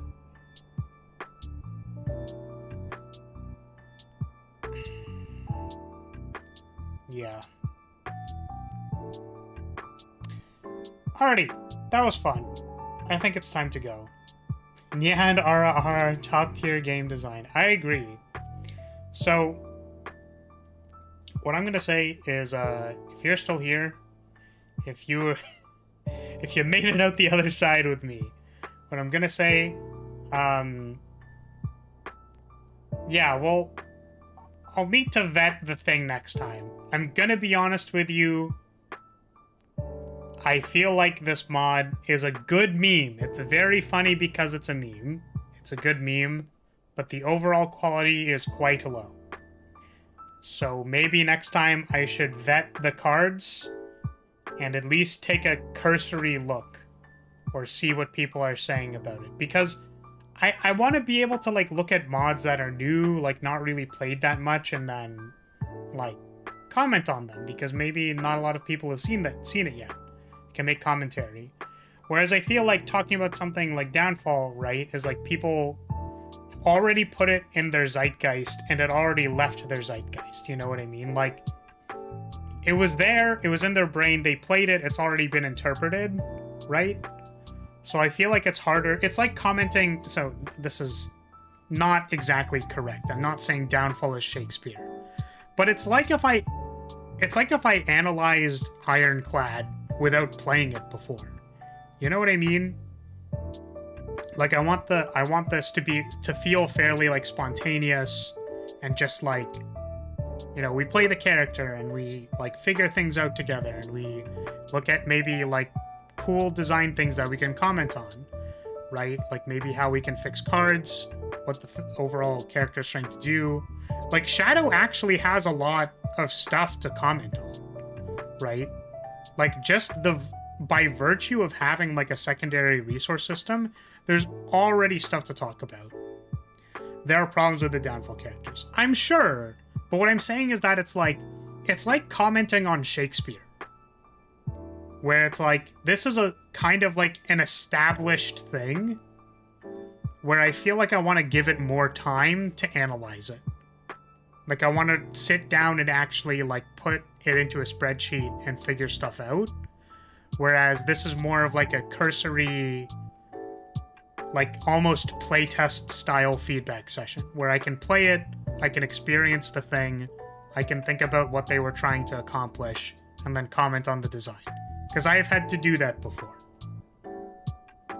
So it almost feels like I want to do a grander analysis for stuff that like is commonly accepted by the community, instead of just like, I'm playing Downfall for the first time, and then like everything is shit, you know what I mean? Like, it's just whatever. I already said I'm never going to analyze Packmaster because it is not like, that's the thing you would analyze about Packmaster is, how do you fit the design goal of being Packmaster?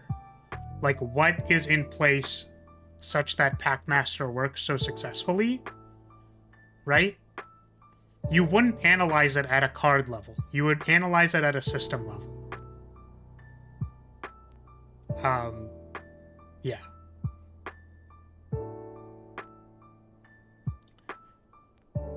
Tokisaki, there's a really good mod that allows you to play as the bosses. Seems like it was reviewed highly.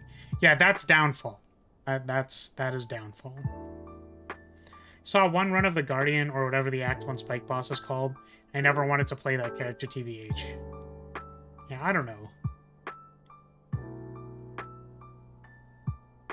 So it's like, I feel like a newer character with not as much baggage behind it, it's easier for me to just like sit down and play as like a once-over and kind of comment on it.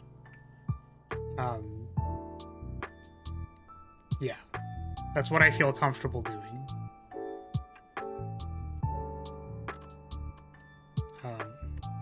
Yeah. Does that make sense? Does that kind of make sense to people? Like, I'll still take recommendations. I just think, like, if this series goes well and I feel more comfortable commenting on things, then I will look at stuff like Downfall and we'll try to, like, dive a little deeper into it. But for reference, analyzing something like Ironclad took me a while. And I don't even think it's particularly, like, conclusive. Yeah, we get it. You want bad mods to dunk on. You know, yes, kind of, because it's funny. But, like, I think what's more interesting is, like, we can find just, like, the hidden gem mod that's, like, wow, this is actually really good, and there's, like, a lot of reasonable stuff here. And then we can, like, comment on all the good things that they did. And be like, wow, this is actually, like, pretty good design. Maybe you can improve here. I know you did the meme face afterwards. I just, like, wanted to be clear.